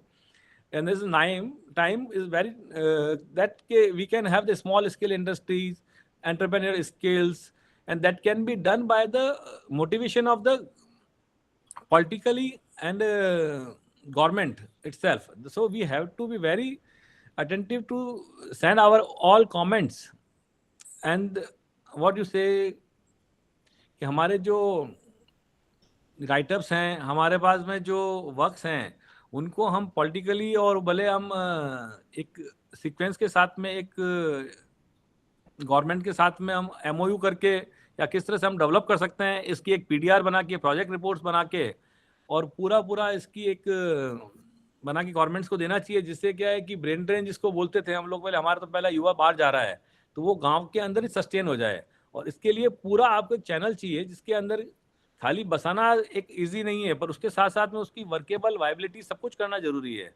और वो तभी हो सकता है जब आपका political motivations भी हो, टेक्निकल पार्ट भी हो, जुडिशरी, टेक्नोक्रेट्स, आप bureaucrats, they all have the joint team work है ये। और ये जॉइंट टीम वर्क के लिए हम सोच रहे हैं ये राइट टाइम है आज देश के लिए, इंडिया के लिए, कि हम लोग उस तरफ बढ़ रहे हैं। तो इसी तरह से कुछ प्रोग्राम्स जैसे अभी राजस्थान में भी चल रहे हैं, राइजिंग राजस्थान, जिसके अंदर बहुत से कमिटमेंट्स और डेवलपमेंट्स लिए गए हैं जो इंडस्ट्रीज से, कि आप कितना एफर्ट्स करेंगे उन विलेजेस में, गाँवों में, जिस एरियाज में आप काम कर रहे हैं राजस्थान के अंदर। वो डेवलपमेंट्स आने वाले समय में $मिलियन जो है यहाँ पे लोग इन्वेस्ट करने वाले हैं। और उनके अंदर वो डेवलपमेंट होने से क्या होगा कि हमारा जो ओवरऑल सिटीज के साथ साथ में अर्बन और रूरल एरियाज जो हैं, वो रूरल एरियाज डेवलप हो जाएंगे। तो हो सकता है आने वाले 15-20 सालों के अंदर ये प्रॉब्लम सॉल्व हो जाएगी। पर ये है जरूर कि लॉन्ग टर्म एफर्ट्स हैं। स्वतंत्रता के 77 साल हुए हैं, तो आगे की हम 10-5 साल और वेट कर सकते हैं इसको डेवलपमेंट करने के लिए। Thanks a lot. Definitely, sir. Thank you There's a so more much, question sir. from Wonderful Dr. Amit explanation. Pandey. So there is a more question from Dr. Amit Pandey. He said that, sir, I read that earlier in old days, there was centralized cold storage in ancient cities. Even they were making ice there. So was it really possible? It's true, or using old architecture without electricity, it is to produce ice? Like they want to know Yes. whether it is true or not. Yes. The old time there is the refrigerators. They work on the diya salai, just like in आग से चलने वाले. That is Stirling engine techniques. Basically, I have 2 fans of that with me. That is the radio fans बोलते हैं उनको, joist radio fans. और इसी तरह से old refrigerators भी आते थे, और साथ में उसके अंदर जो कूलिंग और जो आइस मेकिंग का सिस्टम भी था उसके अंदर. Okay. That's great. Yes, that is Stirling engine technique है, दैट इज स्टीम जनरेशन पे वर्क करता है वो। और इलेक्ट्रिसिटी से पहले सारे ही हमारे पास जो वर्क करते थे, इवन हम लोग फोर्ट खतौली है सवाई माधोपुर के पास में, द एमपी बॉर्डर पार्वती नदी पे, तो उनका जो इलेक्ट्रिसिटी जनरेशन सिस्टम है वो पूरा इसी पे लगा हुआ था बाहर, जस्ट उनके फोर्ट के अंदर ही। That is the direct AC DC current develop करता था वो पूरा Okay, that's great. इसके That's अंदर। great technology. It's producing ice without electricity. Yes sir. Uh, any more questions from audience? Because I also have a question from Sanjay sir. नमस्ते जी, संजय जी, नमस्ते। Very very nice lecture Sanjay ji. मेरा आपसे एक question है। मेरा एक आर्किटेक्ट दोस्त है, वो हमसे बहुत मतलब फाइटिंग करता है कि I believe in vastu, he does not. He only always keeps telling that vastu is something, इसको रिलीजन और इंजीनियरिंग को मिला के आप बात करते हो, नंबर वन। नंबर टू, जब वास्तु के बारे में बात करते हैं आप हाईरेस, आजकल ये पुराने जमाने में अप्लाई होता था जब लोग चौपे में रहते थे, एंड आजकल के हाईरेस स्ट्रक्चर्स के बारे में आप बात कर रहे तो this nothing like vastu will not work, ऐसा कहते थे। और इट इज लाइक बिल्डर्स लोग भी बायर्स को थोड़ा डरा के धमका के इमोशनली ब्लैकमेल करके मतलब उनको फ्लैट खरीदने में मजबूर करते हैं। सो वास्तु इज मिसलीडिंग, ऐसा बोलता है मेरा my architect friend. So I always have to fight with him to say that Vastu is really good science, important science, ancient science.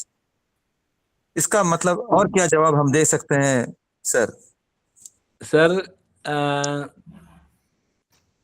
मैं जब सब्जेक्ट लिए जी, तो वास्तु में बिलीव नहीं करता था, अच्छा, ओके। और सब्जेक्ट में जब पढ़ने के बाद और सब्जेक्ट को जब रियलिस्टिक में जब देखा जी और उसके ऊपर जब थीसिस तैयार किया, तो मैं ऑल अराउंड इंडिया घूमा, कश्मीर से कन्याकुमारी तक, जी जिसमें ओल्ड शेखावटी हवेलीज अगर आप देखते हैं, जो यहाँ पे जो ढूंढार एरियाज बोला जाता है, जिसके अंदर जो जी जयपुर से और साइड में झुंझुनू, शेखावटी, चूरू और इसके रामगढ़, मैनसर, बिसाऊ, और इसमें वहां से इंडस्ट्रीज निकले हैं all around the India, world wide है। जी बिरला, जी रुइया, पोदार, भरतिया, खेतान, बांगड़, बागला, देयर मैनी मैनी नेम्स।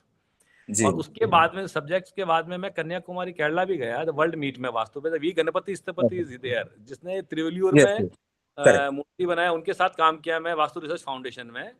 फिर ओके। उनके साथ अलग अलग वास्तु थे, Natesan, then D Purnachandra Rao Hyderabad, B N Reddy, V Guruputra BN Tirupati, Reddy, they yes. All are, we have work with all the peoples all time.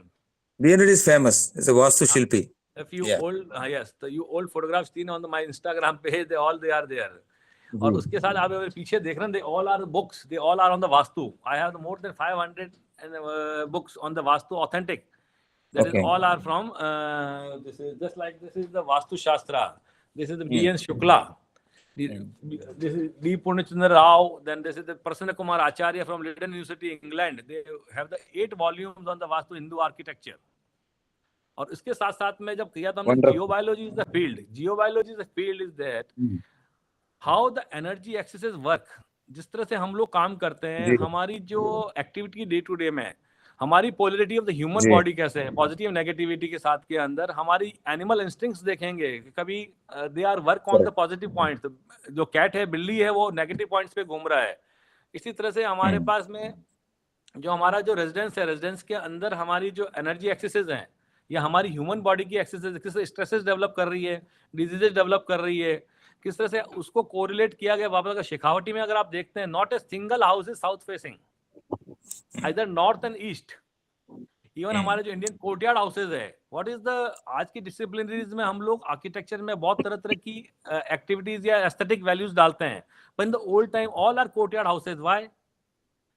तो इनकी एक्सेसेस जो बिल्डिंग्स के अंदर है, जो उसके अंदर की एनर्जीज को क्रिएट करने के लिए जो वास्तु निर्माण किए गए, even the institute of engineers published 40 volumes on the Mansara Vastu Shastra in the 1944 to 1959. There are the 40 wonderful. volumes with me. That guide given to me, my professor given to me that copy, and he is now sending the original copies to me. I am retired now and I have the old age. You put all my books. So this is the big Big question. And the Vastu works. How the energy works? You just see the house and the gate, compound wall gate, and you just like put it everything about him. Yeah, yes. I'll use And this. how the oxygen in the building is created. He's a human Correct, fuel. आपको correct, building में oxygen create करना है. अगर oxygen create हो गया तो आपकी body और फ्यूल बिल्डिंग के अंदर पूरा सही हो जाएगा. आपको कुछ करने की जरूरत नहीं पड़ेगा उसमें. correct. And you think like a positive attitude. Otherwise, all is going to be negativity. And that life is the fun. अगर आपका समय निकल जाता है उसके बाद कुछ भी नहीं है उसके बाद में. Correct, correct. Many Thank you. people day to day see. Yeah. Correct, correct. Thank you. Thank you. Thank you, Dr. Manish Kanti Srinivas, Dr. Srinivas. Anyone else from the audience who would like to have a question? Okay, so last question from my end, sir. In the old days, when you see that when the Vastu Shastra was designed, the principles of Vastu Shastra were developed, the population of the world was very less. There was no scarcity of land, ample land, and the houses were also well ventilated from all the sides. That is, they used to leave open space on all the four edges. The principles of Vastu Shastra could easily be applied on them. But nowadays, when we see that our house is already surrounded from three ends by three walls, and we don't have access to light and ventilation, and then we try to blindly follow the principles of Vastu Shastra and that, and in that practice, at times we also do some disaster with our house. So, how do you interpret these things that the past time, how it was then in the current situation when the plot sizes are very small?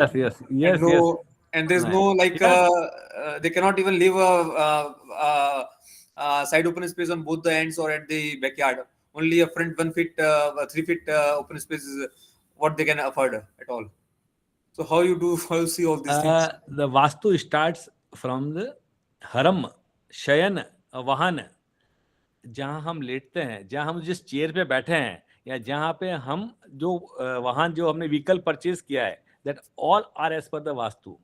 Now the ancient time we go, Lakshman रेखा, अगर आपने सुना होगा तो very first the Lakshman जो है उसने सीता जी की जो कुटिया के बारे में चारों तरफ कर दिया और उसने जो अलांगा तो रावण ने उसको ओवररूल कर दिया.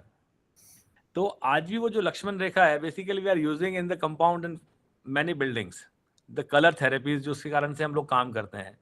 और इसी तरह से जो आपके छोटे से छोटा मकान हो चाहे छोटे से आपकी बॉडी, ह्यूमन बॉडी सिस्टम भी तो एक वास्तु ही है. बॉडी और बिल्डिंग का अगर समावेश ही नहीं होगा तो आप उसमें सर्वाइव नहीं कर पाते हैं. बहुत सी ऐसी जगह होती है जहाँ हमें जाने पे बहुत अच्छा लगता है और कहीं पे इतना लगता है कि हमें यहाँ तुरंत बाहर निकल जाना चाहिए यहाँ से. राइट. और वो जैसे ही अगर आपको ऐसा अगर एनवायरनमेंट लग रहा है या हम लोग कितनी बार टेबल पे बैठे हैं या कोई नेगेटिव एलिमेंट पड़ा है तो लगता है इसको हटाइएगा आप यहाँ से. तो positive negative energies work they are just like feng shui in the Chinese they are using. और इसी तरह से एक रूम भी है अगर हमारा, तो रूम के अंदर भी डोर्स, विंडोज और उनके जो लेवल ऑफ द सिल लेवल्स हैं दे वर्क्स, दे राइट एंगल वर्क्स 90 डिग्री में. आपको एक अनुपात में बनाना है मकान, अनुपात में बनाने की जो बॉडी सिस्टम है हमारा, दे आर जस्ट लाइक हस्त अंगुल 9 इंचेस. यू जस्ट आप मेजरमेंट कर लीजिए 1 2 3, ये पूरा जो पूरा आपकी अंगुल और हस्त में बना हुआ है. They are proportionates. और as it is the building and body, building के अंदर भी आपको प्रोपोर्शनेट्स आपको काम में लेने हैं. भले वो एक रूम हो, एक घर हो, एक छोटा सा कुटिया भी हो, तो that is as per the Vastu. और उसके अंदर आपको पॉजिटिव आपको फीलिंग्स अपने आप आ जाएगी. अगर आप दरवाजा अगर ओपन स्पेस में खोल लेते हैं तो आपको नेगेटिविटी की तरफ ले जाएगा, उसके अंदर आपको हैजार्डियस क्रिएट कर देगा. और इसी के साथ साथ में ऐसी बहुत सी प्रॉब्लम्स जो हाउस में क्रिएट हो जाती है, जैसे लाइक मेडिकल स्टोर है, medical store thousands of treatment और दवाइयाँ दे रखी है, पर हमें तो हमारी दवाई लेनी है. जब हम वास्तु चेक करने जाते हैं तो हमें वही पर्टिकुलर जगह वही प्रॉब्लम सॉल्व कर दो आप. बाकी तो बहुत सी चीजें हैं जो हैजार्डियस होती है, नहीं होती है, काम लेते हैं. तो इसलिए आप उसको ये नहीं देखिए छोटा है बड़ा. इवन एक अलमीरा है, अलमीरा का भी तो सेटअप है, उसको भी हम सेटअप कर सकते हैं. टेबल सिटिंग्स हैं. At times I also feel that in today's time somewhere the new architects they have not learned actually the very core principles of Vastu Shastra and blindly following some of the thumb rules. So somehow we need to understand the Vastu Shastra in principles, what it says in principles, rather than just going by the thumb lines. So that is also I think some of the gap between today's architect, what they are. There is a problem that आज तारीख में tangible intangible art जिसे बोलते हैं ना हम लोग, कि हमारे हर 5 किलोमीटर में भाषा चेंज हो जाती है, हमारी शैली चेंज हो जाती है, हमारे कपड़े चेंज हो जाते हैं, हमारा आर्किटेक्चर चेंज हो जाता है। आज उदयपुर की आर्चेज देखेंगे तो अलग है, बीकानेर की देखेंगे तो अलग है, जोधपुर का जो आर्चेज अलग है। इसी तरह the style and the working of architecture अलग अलग है, और वो डॉक्यूमेंटेशन कभी हुआ ही नहीं हिंदू मिथोलॉजी और जो आपका जो लोकल आर्किटेक्चर था, वो डॉक्यूमेंटेशन नहीं हो कि हमने क्या क्या विदेशी अपनाया एज आर्किटेक्चरल फील्ड और उसकी जो डिग्री को लेकर चेंज कर दिया, पर लोकल कभी भी हमारे पास डॉक्यूमेंटेड नहीं हो पाए। और न होने के कारण से क्या हो गया कि ये जो विद्या थी, जो हमारे ओल्ड जो ट्रेडिशंस थे, वो लुप्त होने के कगार पे आ चुके हैं। और उनको रिवाइवल के साथ साथ में जब चले तो क्या हो गया, लोगों ने इसको एक्सप्लॉइट करना शुरू कर दिया। मैं भी वास्तु देखता हूँ, वो भी देखे, वो भी देखे, वो भी देखे।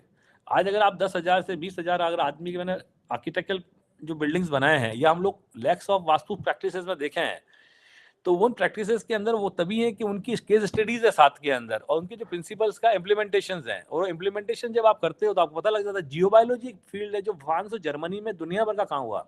एंटिनो Bovis, he has work a lot on this subject, और उसने Right, sir. Subject Right. करके क्या, True, true.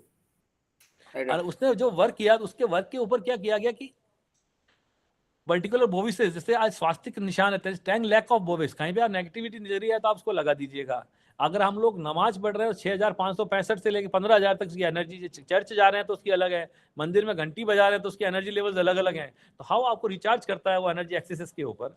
तो कल मैं उसके ऊपर डिस्कस करूंगा, वो एक डिजास्टर मैनेजमेंट का एक पार्ट है छोटा सा। Then will discuss Definitely, tomorrow. definitely, sir, and we'll try to understand the core principles of Vastu Shastra from you also in the tomorrow's session. It's something like that. आज के date के अंदर जैसे हम लोग मंदिर जाते हैं तो भगवान के दर्शन सेकेंडरी हो गया और सेल्फी लेना जो है वो प्राइमरी बन चुका है। तो प्राइमरी कहीं ना कहीं वास्तु शास्त्र के साथ भी शायद ऐसा ही हुआ है, जहाँ पर कुछ प्रिंसिपल्स जो है वो मिस हो गए और कुछ थंब रूल्स जो है वो ओवरराइड कर गए। Thank you, sir. Thank you very much for giving your sharing your time, your experience, and this covering this the broad outlines of this urban sustainability. And tomorrow we'll have you again with the special session on that. Thank you, sir. Yes, sir. Thank you very much. Thank you, sir. Thank you very much. a lot. Thank you. Thank you, sir. And now we have Ms. Smita Jaiswal with us for the next session on predictive analytics and AI in urban planning. So, Smita ma'am, are you there? Yes, sir. Okay. Let me have a formal introduction, then we'll start with that. Yes. Mrs. Smita Jaiswal is an architect working as a design director at Smarts Private Limited, with over 16 years of experience as a consultant, educator, mentor, and an author. She had worked with the best of architectural companies and been a part of some exceptionally prestigious projects before taking up the entrepreneurship. Besides, she is a passionate educator and actively participates as a visiting faculty at various government architectural institutions. She constantly aspires to spread and share the right set of knowledge with the intent to create more and more experts in the industry. So, Smita ma'am, it's welcome, very warm, and although it's very cold here in Jodhpur, but have a warm welcome. Thank you so much, sir. And the mic is over with you. You may start with. All right. So, in today's time when everything is and everyone is talking about AI, we as an architects, we are looking forward to how can we use this AI tools in our urban planning and architecture, and also that when everyone is talking about analyzing the data that is available to make the building smarter, also the city is smarter, how are we actually doing it? So when we say predictive analytics, I have a presentation. How can I share? Just a moment. Ma'am, we have provided all the rights to you. So there's a small arrow type icon at the center of the screen. You may Yeah, click yeah, on that. I'm able to see. Okay, is it visible? Just a minute, let me change the layout. Yes, ma'am. Visible. Okay, so when we talk about predictive analytics, now predictive analytics, I must say that is playing a major role in almost all of the fields in every industry, and it is majorly powered by AI when we actually say that how is it doing it. So to begin with, where does this urban planning comes from?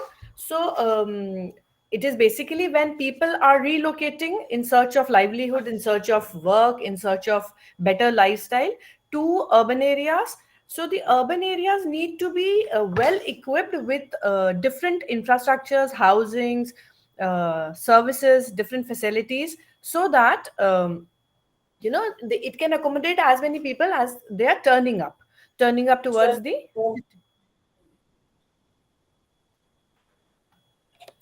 You guys So continue. yeah.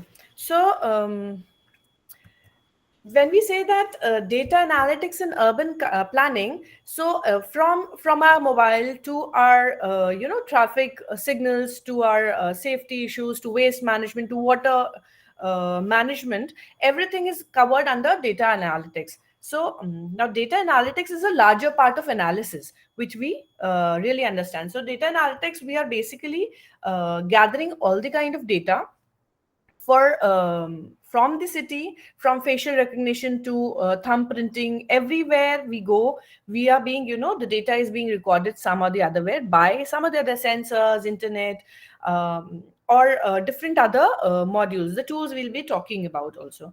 So but what is actually data analytics doing? It is actually a multidisciplinary field where it is using variety of tools, technologies, processes to analyze the data.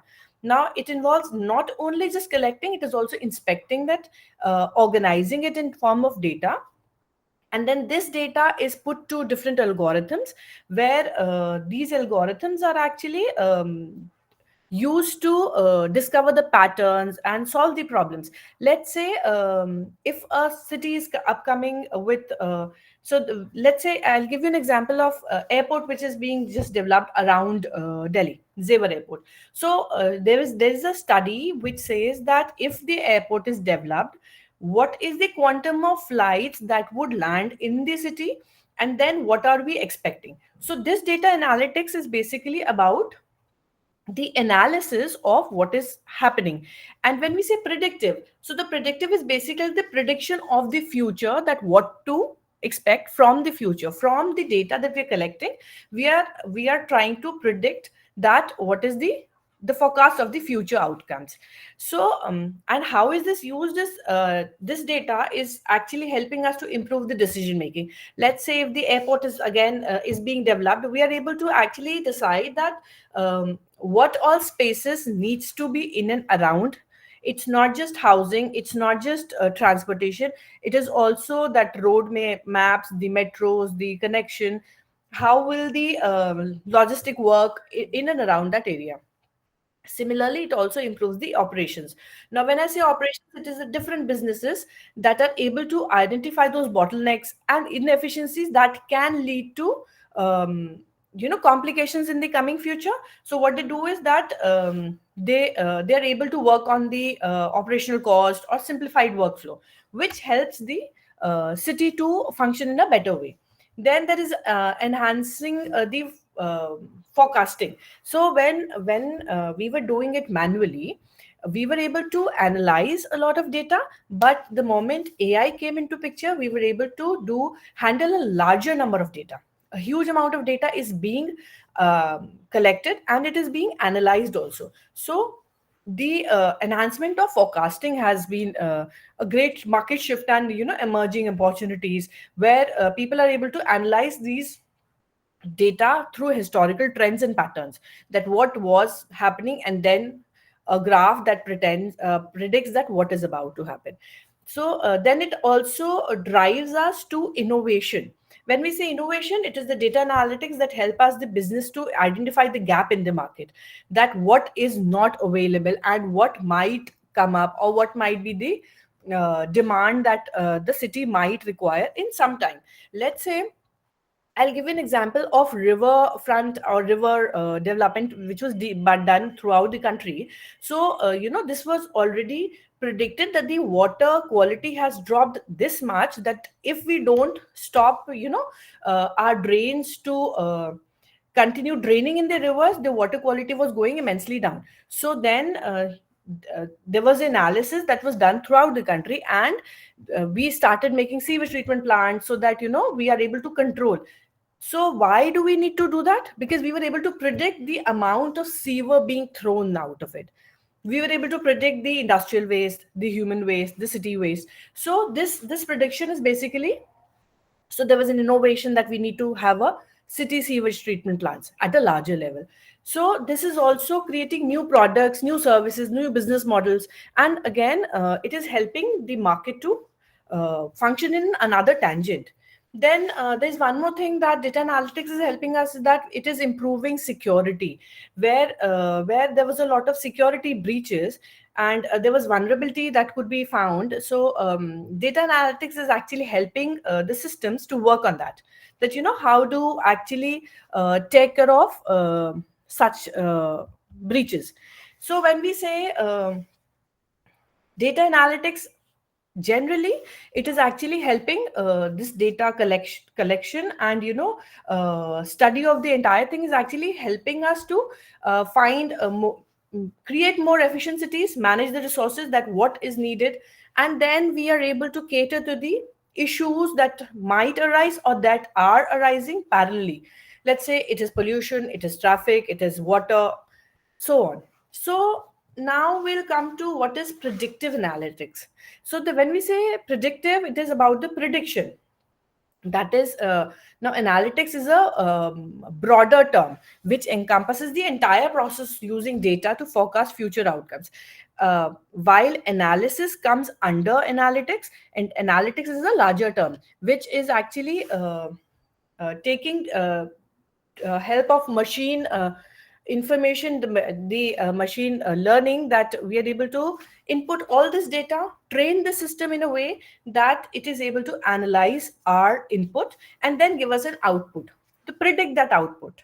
It is itself predicting it. Now there are different techniques of doing it. We'll discuss that as well, that what are those techniques and how do we actually do it. But predictive says that it is already telling us that what are we supposed to expect, expected outcomes of the future. So when we talk about prediction in urban planning, what are we trying to predict through analytics, through AI, through data collection?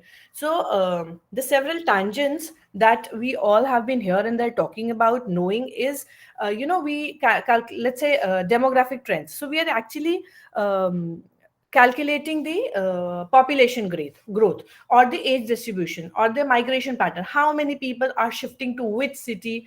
Let's say if we say that most of the northern people are shifting towards Delhi, but now because of pollution, people are shifting to nearby cities. Similarly, if we talk about transportation, maybe Bangalore has a lot of congestion issues. So now what people are doing, they're shifting to nearby cities or to a better location. Now these kind of patterns that can be predicted and can be analyzed, that where is the traffic going, where is the congestion happening, is actually helping the planners to design a city in a better way, make new highways, connect the city in a better way, and also develop new housing or livable places, marketplaces, industrial area, Uh, so that people can actually shift to Smita, those areas. Smita ma'am, Yes. ma'am, your slides is not moving. Is wait. Yeah. Let me try doing it once again. Now, Is it now moving? yes, yes. Okay. Thank you, ma'am. So so in urban planning, this prediction that we were talking about is to use data analysis and modeling techniques. Now these modeling techniques are different modeling techniques where we are able to use this data in different models.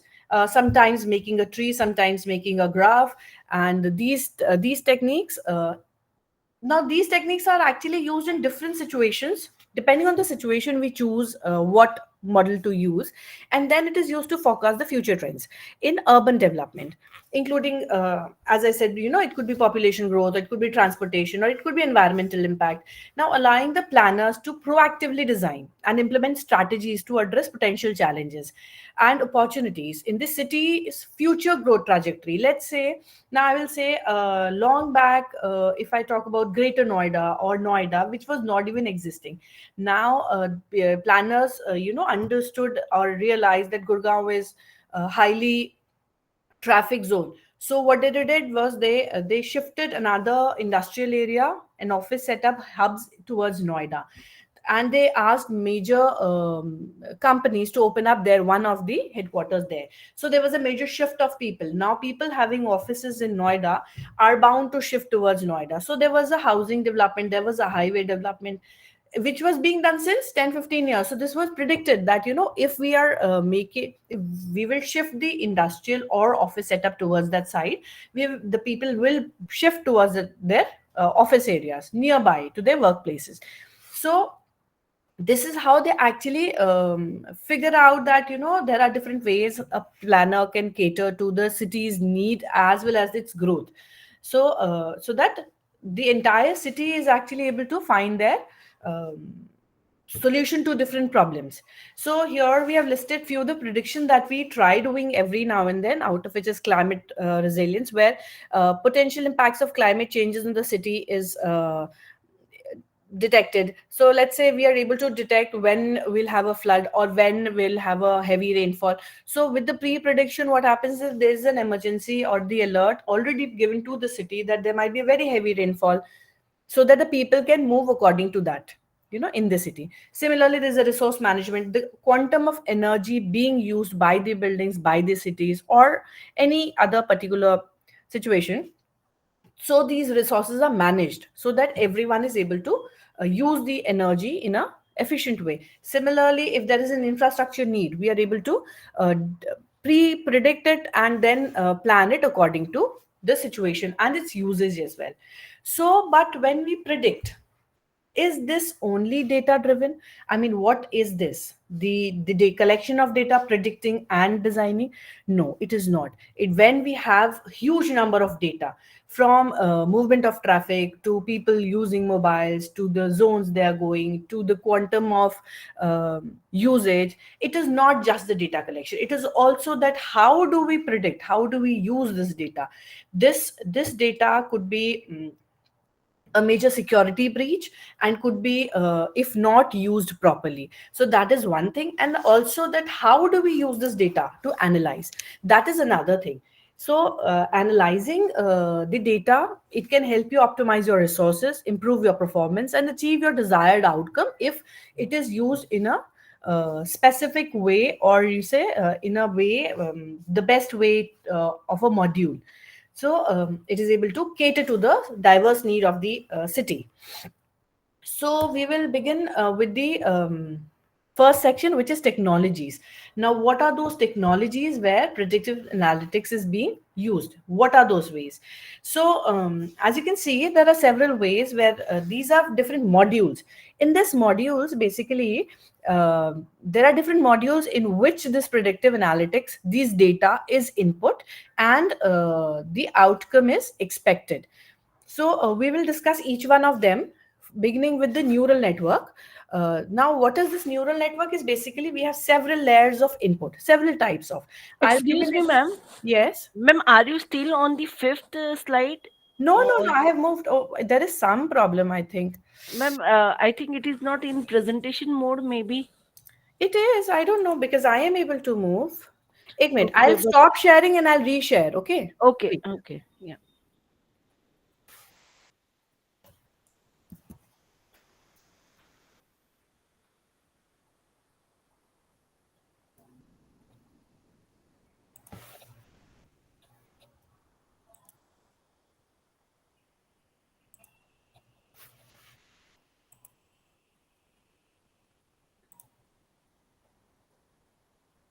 I think there is a problem. I'll have to shut my presentation and restart it. There is some problem with it.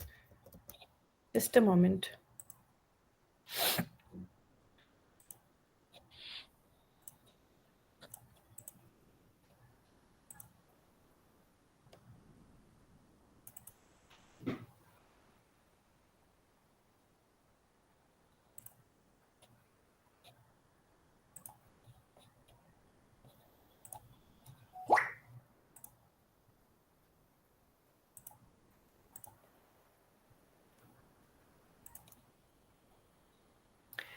Is it visible?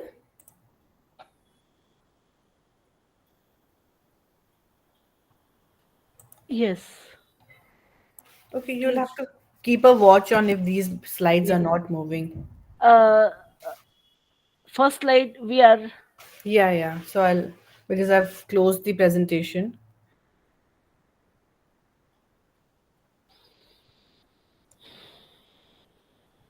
So we spoke about, can you see the sixth slide? No, ma'am.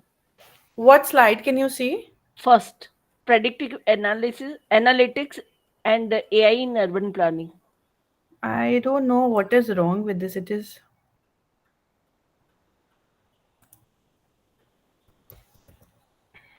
can you see it now? Yes, ma'am.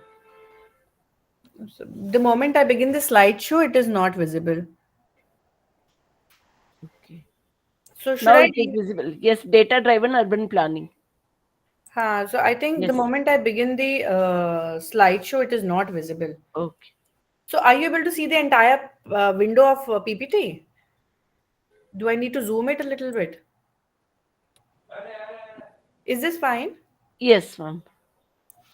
Okay, so let it be like this only if you know. Okay, so we will begin doing with predictive analytics techniques where we will discuss different modules in which these datas are input uh, and expected result is an output is given so that we know that what to expect from the process. So this different techniques are used in different industries as per their need and as per the data inputs. Let's say for healthcare, so they are basically inputting the patient data and expecting what to so let's say when they input all the data, sometimes they're able to predict that this is a particular season when they get more number of patients, so they're more equipped during the season when more people are getting ill. Similarly, for marketing, they are able to have more sales during the time when they are able to figure out that what is being sold, why is it being sold. They're able to map it through that module. So when we will begin with the neural network, which is the first one. So it says that this in this one there are different inputs.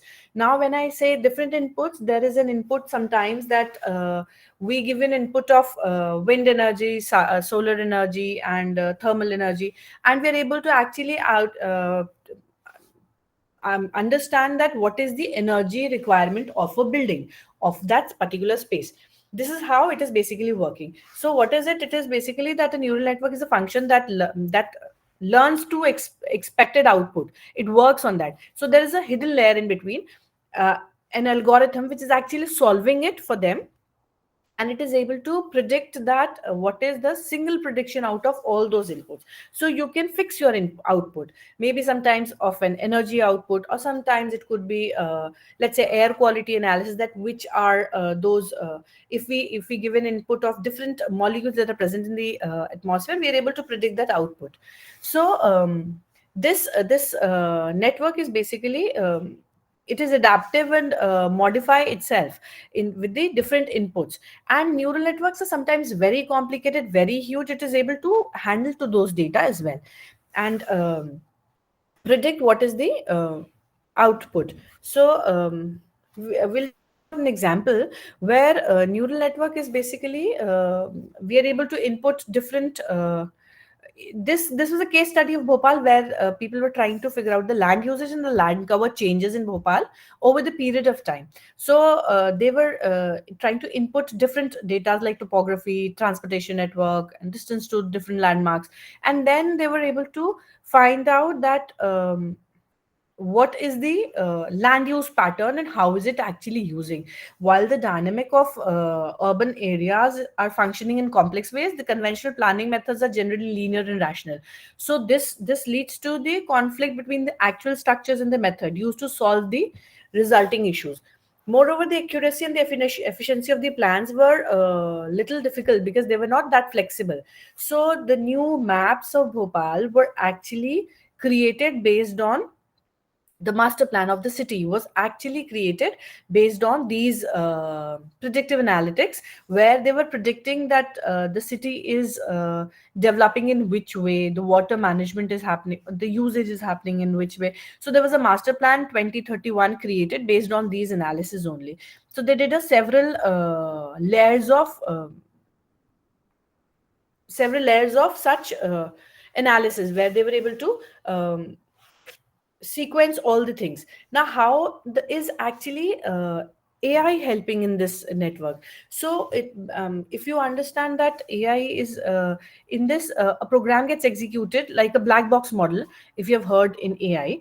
So it is basically the equation governing. It cannot be extracted or examined, that what is actually in that hidden layer of algorithm it is actually evaluating, but it is able to stimulate all the given factors, and then it is able to give an output of what is to be actually understood out of it.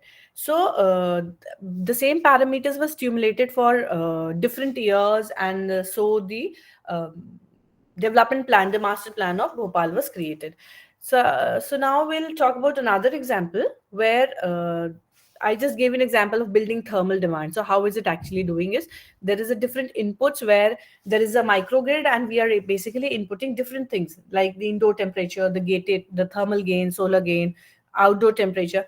And then there's an algorithm which is solving the entire thing, and it is actually telling us what is the thermal energy demand of the building itself. So in this, it is actually said that when this different humidity or temperature or wind speed or even solar radiance, all these things are given, we are the parameter of solar energy generation can also be evaluated.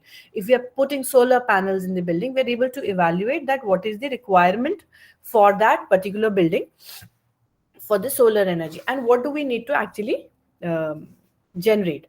So we will talk that what is the role of AI. I mean, we have been doing this analytics manually since a very very long time, but what is the role of AI, how is it actually helping us? So now neural network itself was a very powerful tool, but with AI, with artificial intelligence, it has become more powerful, because now it is able to handle immense amount of data, huge data, and then it is processing it very quickly. If let's understand that we had immense data, we were taking time for maybe weeks or months to evaluate the output, while AI is doing it in absolutely no time. It is absolutely accurate as well.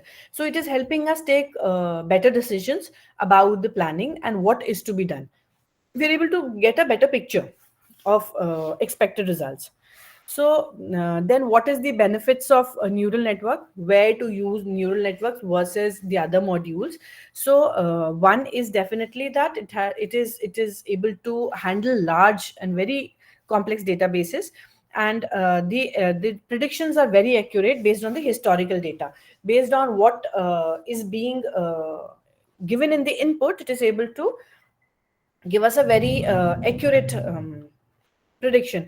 At the same time, it is very highly adaptable and can change to new data also. That let's say I'll change the input data, so it is again able to understand that what let's say I'll change the input and the data in output both. So it is basically able to understand that what is the expected output, what is the expected unit of output that we are expecting. So it is able to understand and learn from it, and analyze the new given data, and then it can give another output. So it is also this is how it is actually able to identify the complex relationship also. Let's say if I give an example, understanding the relationship in between external temperature versus the energy need of the building itself. Similarly, I can give another example of data, the land usage in the city versus how is the data usage being transformed in the city. Let's say people are at a particular place, there are too many residences, but then after making of one highway or one main road, the land usage changes immensely and suddenly. So it is able to actually analyze that what is that change in that pattern, and what is that the change of land use that is about to happen, so it can be predicted for a very good example of this one is actually metros, where they were while the metro network was being built, they were actually able to analyze that where this station is to be done, and the kind of input of people in and around that area is expected. So this is how they actually evaluated the population density versus commuters versus road traffic versus people who would commute every day in metro versus the bus traffic. What is the predicted number of people that would reduce if the metro is functioning? What would be the expected reduction in traffic versus if the metro route changes its direction, not direction, its placement, the metro station changes its location. So this is how the metro stations were strategically designed, that we are able to actually know that which is the best location for the stations. So now this technique can be combined with different modules. Now when I've written here the other techniques, these are basically different modules, the techniques under different modules. So most of them are most of the analysis are done by using two or more of such techniques together to get a very precise prediction.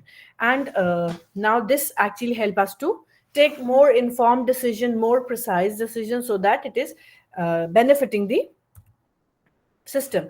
Now there is a challenge as well. The challenge is that when we collect the data has very smaller details, and now AI is again unable to differentiate in between that minute details. So it is practically impossible for the model to make that prediction, that what is the difference on those minute details. It cannot work on those minute details, because it is majorly a mathematical thing, and it is taking an input, analyzing it on itself. Nobody can figure out that algorithm on which it is working, and it is only giving us an output. So this enormous gap, that figuring out that what is that exact detail and it falls under some other category, is to be done by the human intervention only. It cannot be done by the machine. So that is a challenge that it is being faced. Now we'll move to another module, that's regression. Now with the regression, we understand that it is a simple equation where regression, a very good example of regression is a normal graph paper, where we have an x-axis, y-axis. Now these regressions are basically telling us the relationship in between two variables.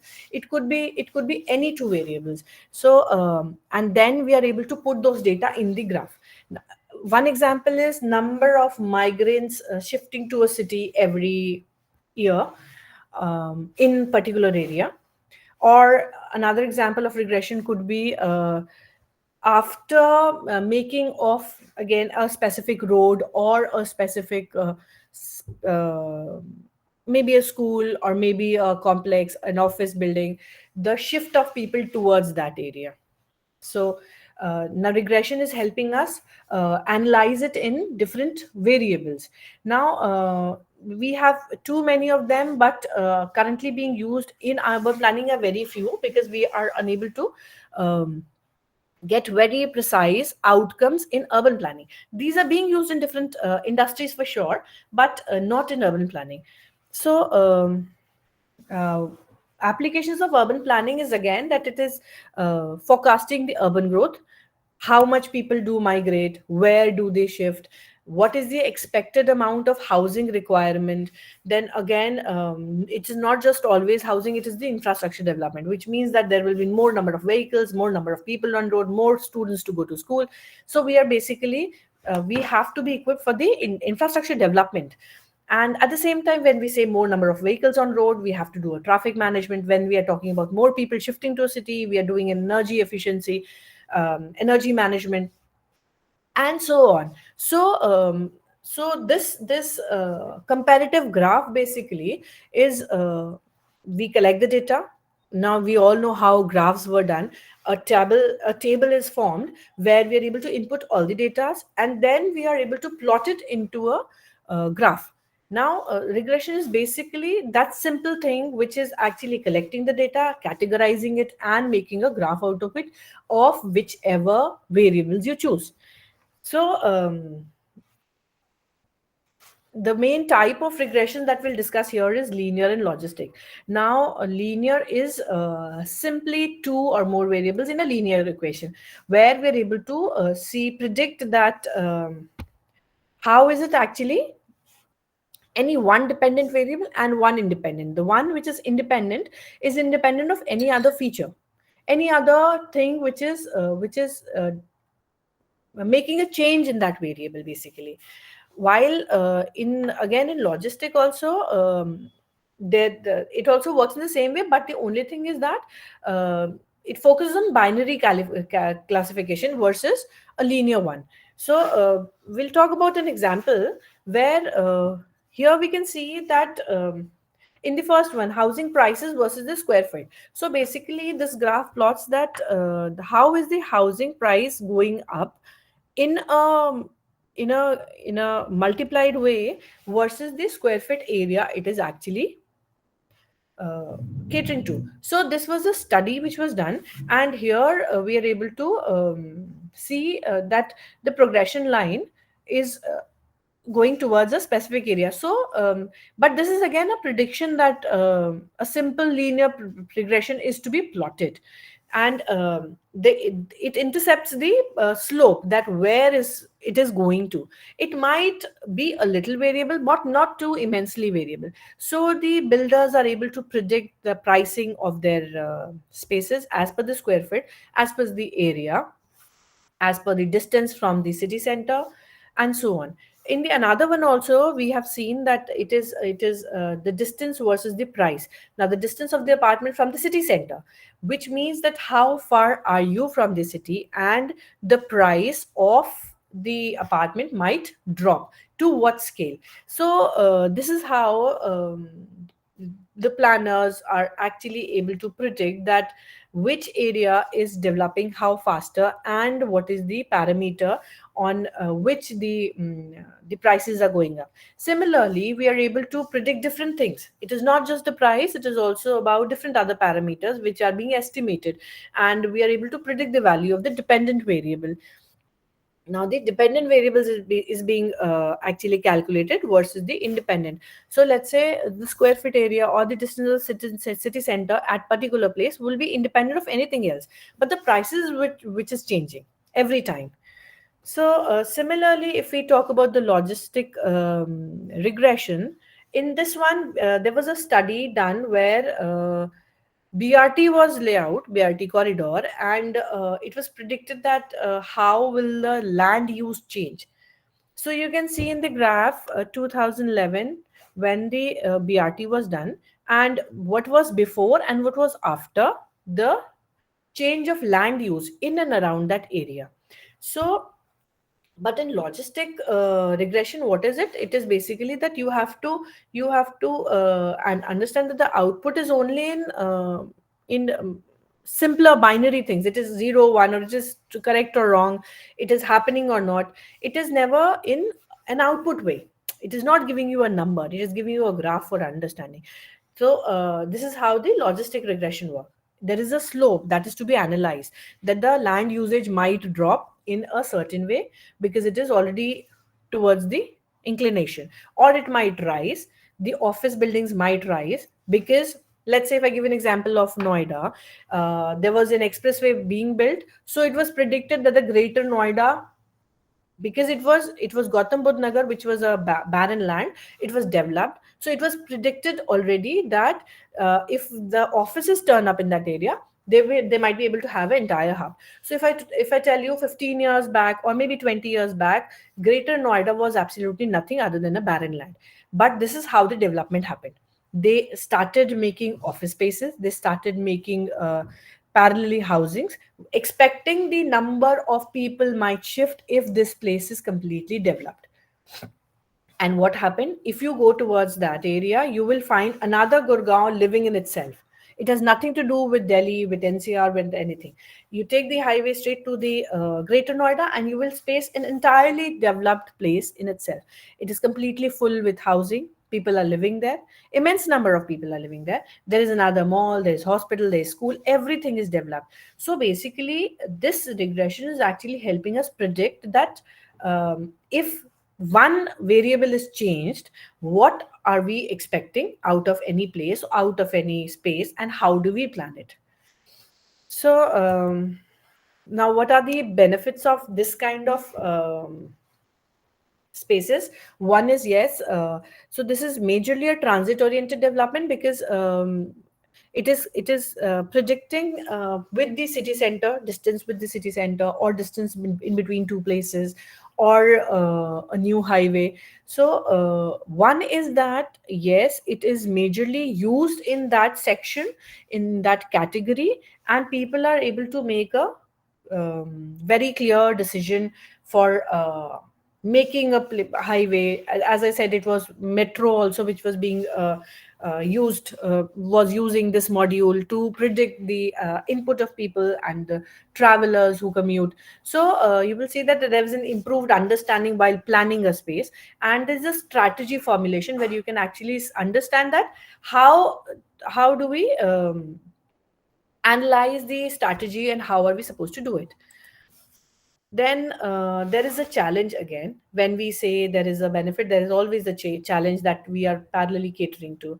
So as the city is growing in an organic way, the urban planning is increasingly very important, but at the same time, it is very difficult to uh, harness the entire data that we are getting. The data,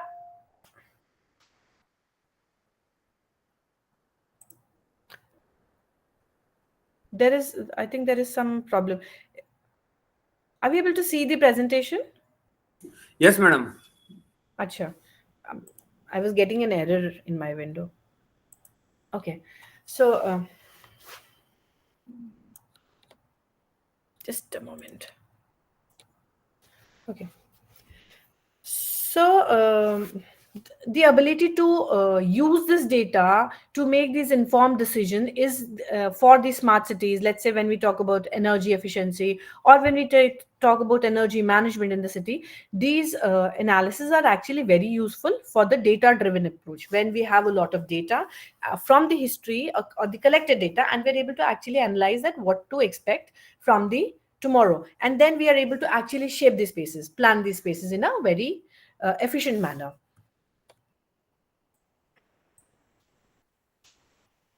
So now we will understand another module, which is data mining. Now, if I tell you the basics of data mining, it is basically a lot of data that is being collected and simply collected. Now, it is, as we initially talked about machine learning, or we talked about facial recognition or thumb printing. So these basically movement of data, social presence, even environmental things. So they are basically collecting all this data, and there is location based data. So all this data is basically collected, and then it is put to a chart, basically, where it is basically helping us to find the correlation in between those two datas. Now, how do we do it? Is let's say there is a there is this module where we are able to put the raw data of whatever we have collected. Let's say it's again transportation means, or it is land usage of a space, or even environmental condition. And then under different modules, what it does is that, let's say there is some missing data. So this data mining will actually predict what is the data that is missing and place that data as well.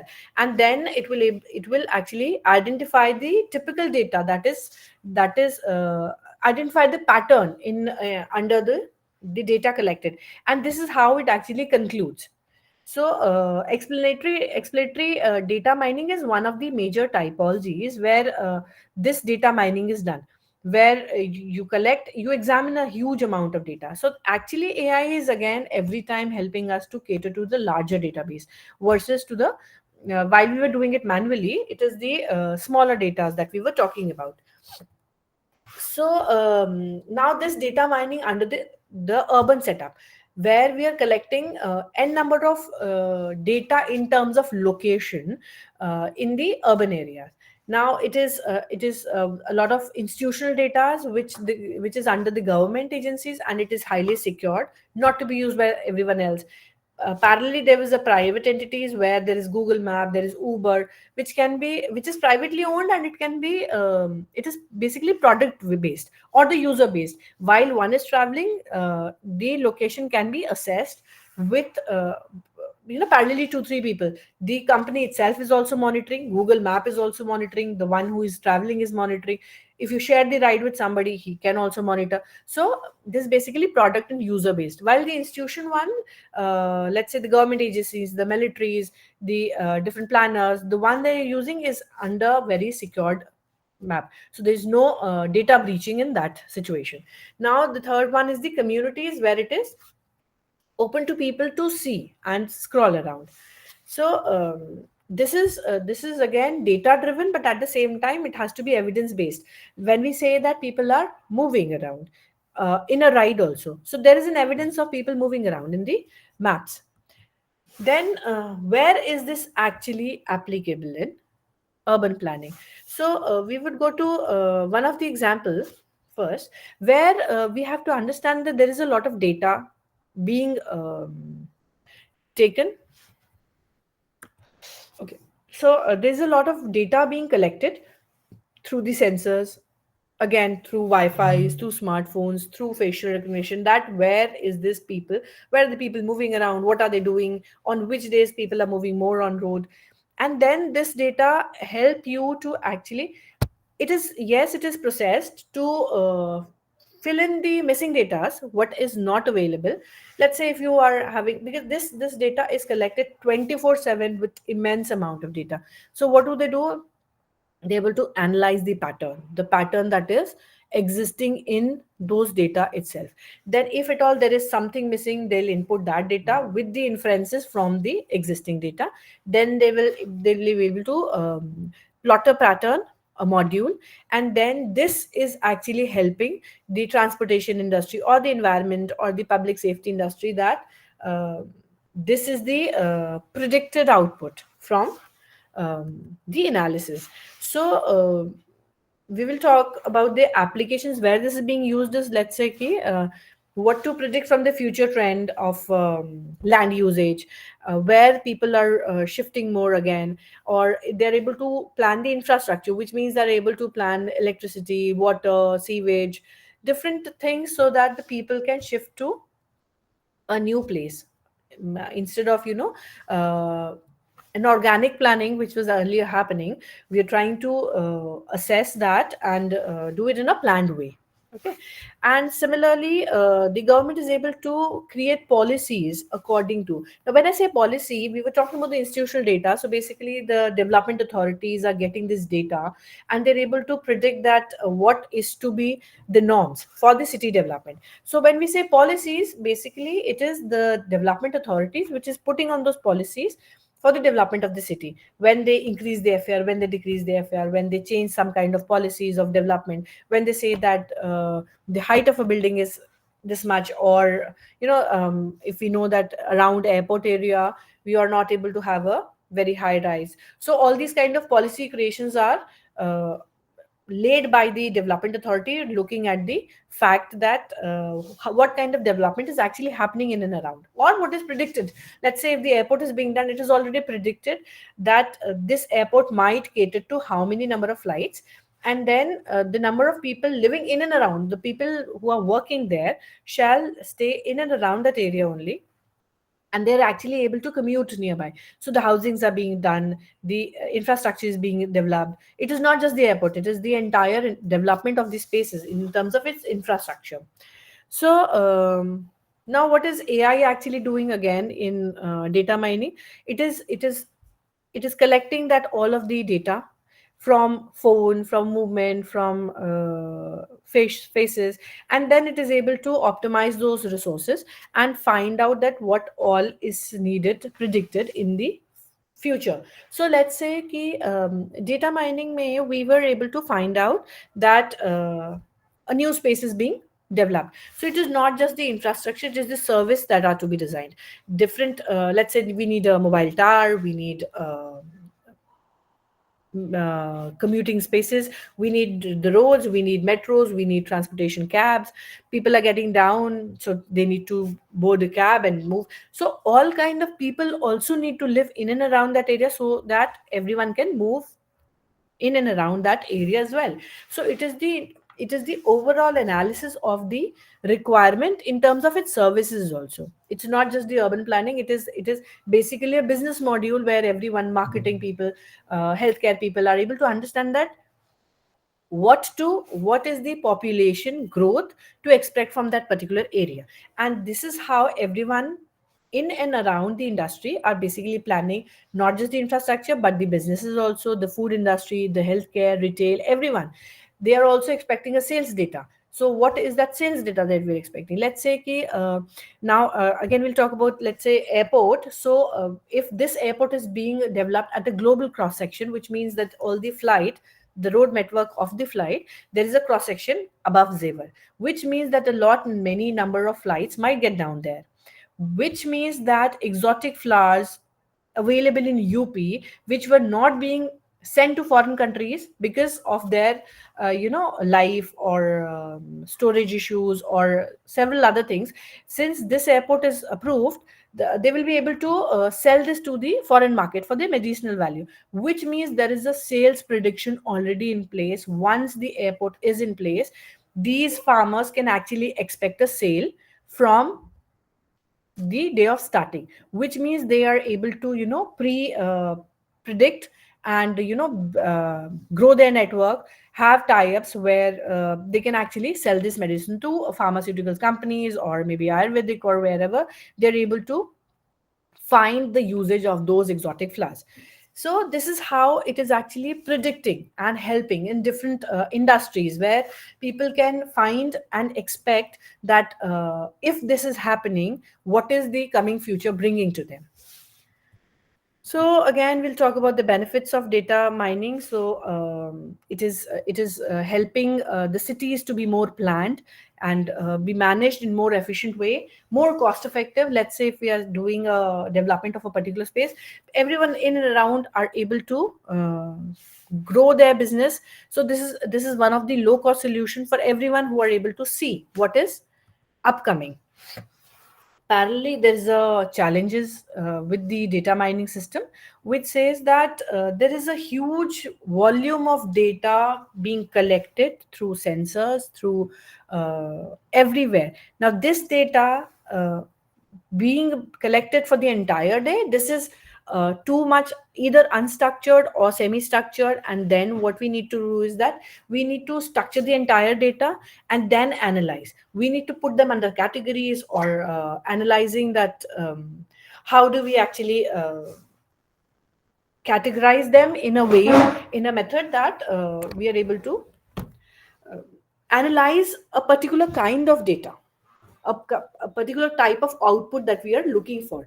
So but at the same time, the systems are working for the entire time collecting these datas, the huge datas. So there is again the problem that there might be the breach of data, which can be safety issues with the data. So also the people who are collecting it, the people who are using it or analyzing it under one or the other condition, they have to be very responsible for what are they doing and how are they doing the innovations at the same time. One of the type of data mining is clustering, that we'll discuss here. Now this clustering is basically within data mining, it refers to the process of algorithm, where group is geographically picked up and the data are related to location based data are basically identified, and then this helps the planners to identify the patterns that let's say we are talking about neighborhood analysis, so we are able to analyze that what kind of data, what kind of neighborhood are we expecting. So when this data is actually picked up, we have to understand that let's say we'll talk with an example where in a graph you can see that there is a urban growth, with highways, with rivers, with some or the other obstacles crossing through. So in clustering, there are basically different types where it is considered ignoring the obstacles, or it is considered with the obstacles, that there are two sides of the growth, urban growth, or it is consider clustering both of them together. So there are different ways how and when it is clustered together or not clustered together and analyzed. When let's say ki, in the first a picture, if you see that there is a highway, there is a river, so one way of analyzing it could be that if the river is very huge, there could be an old settlement on one side of the river, as it is a riverfront. While if we understand that there is a highway in between, it is a new settlement, which means that a new settlement could be a high rise area, new better roads, better drainage facilities. While in the riverfront side, we can understand that there could be a space where river might you have to do a river development for the specific line of movement of the river, or the river might change its path over the period of time and the growth might be disturbed, the flood could come. So such data mining and clustering is basically helping us predict that what kind of urban growth are we looking forward to. Okay, so this is another module, which is classification module. Now, in this classification module, basically, all the data that is collected is categorized under different heads, as we do in a table form. So these categories are chosen as per the work that we're doing. Sometimes, let's say if we are doing in urban planning, with the categories are maybe traffic, or healthcare spaces, or population growth, or even the classes of people, which class of people are staying towards which area, and then the kind of requirement they have. Let's say if there is a high rise building, there might be a better hospital nearby, but at the same time there has to be a lower class development nearby, where people, the working class, could stay there. So there has to be a school, a hospital for them as well, or a healthcare management system has to be there. Then now when we're talking about the huge population, there has to be an office nearby, there has to be a water system, there has to be a drainage system. So we are basically talking about the categories of data. And then we analyze, let's say ki, a builder has done a high rise, and we're not talking about what are the different categories that might come up because of that development. So it is bound to come up. There will be an organic growth. Let's say a working class will settle nearby, a labor working on that site might shift nearby. Then there is a healthcare opportunity which some might see and open up a hospital there. So these datas are to be categorized, and this pattern is to be studied, that what kind of development is actually happening at what place, and then this category is studied in correlation to each other. And then the new instances is found, that what could be the new opportunity which is coming up. There are different types of classification modules which are studied. The largest one is actually random forest, because random forest helps you to categorize the different decision trees. Now these decision trees are basically the potential choices, where you can actually analyze the historical data and identify the pattern associated with the particular outcome. So one decision tree or several decision trees together form the random forest. Now an example of classification is, let's say that when we get a mail in our mailbox. Now this system is equipped with, it is already pre-trained with the system where they're able to identify the spam mails, and it is sending it to the spam folders. With sometimes this training is only based on the system of word, or in system of how they are being sent, or something or the other. This is basically data text analytics, where it contains a particular kind of text which the system is able to analyze and send it to the spam folder, considering it to be a spam. Rest all the mail are being collected in the inbox only. So now this classification module is basically helping us sort the data in a efficient way. Now when AI comes into picture, what it does is that it is automatically sorting the data. We are already training the system to sort the data in itself and categorize them. Now Now after the categorization, when the decision tree comes into picture, it is like a flow chart where we have a set value, and if it doesn't fall into that value, it goes to the other section of the flow chart. So sorry, so basically it is very easy to use, it is very flexible, and it handles both classification and regression problems, which we have just discussed now. And it, in this way, it is basically able to create a larger random forest where it has multiple decision trees, under which it is taking one or the other decision, and thus ending up with an accurate prediction of what to expect from this. So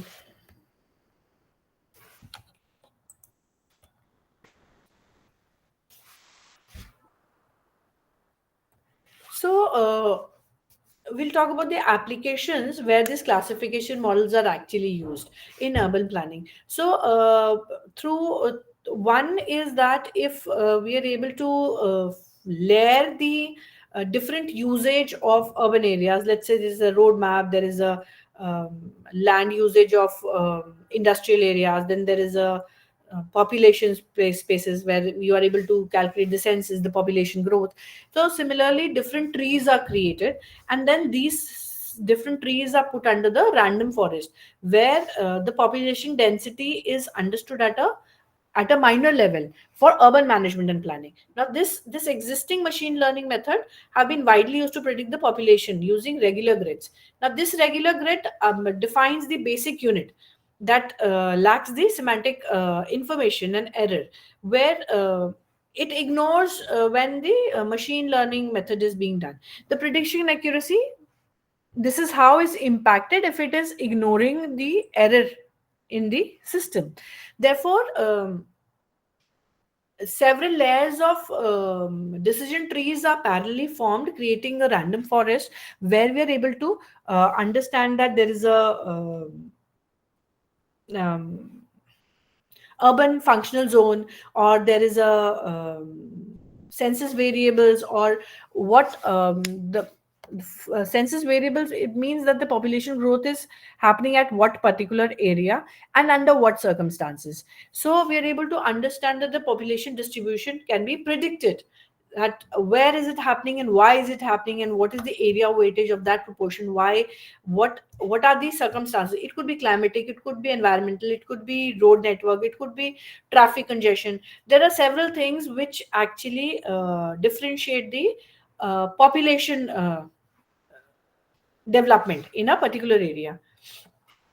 This is another example of classification mode, which is actually different images of a space is taken, and this on the just the base of image database, which is a barren land, which is a, I don't know if you can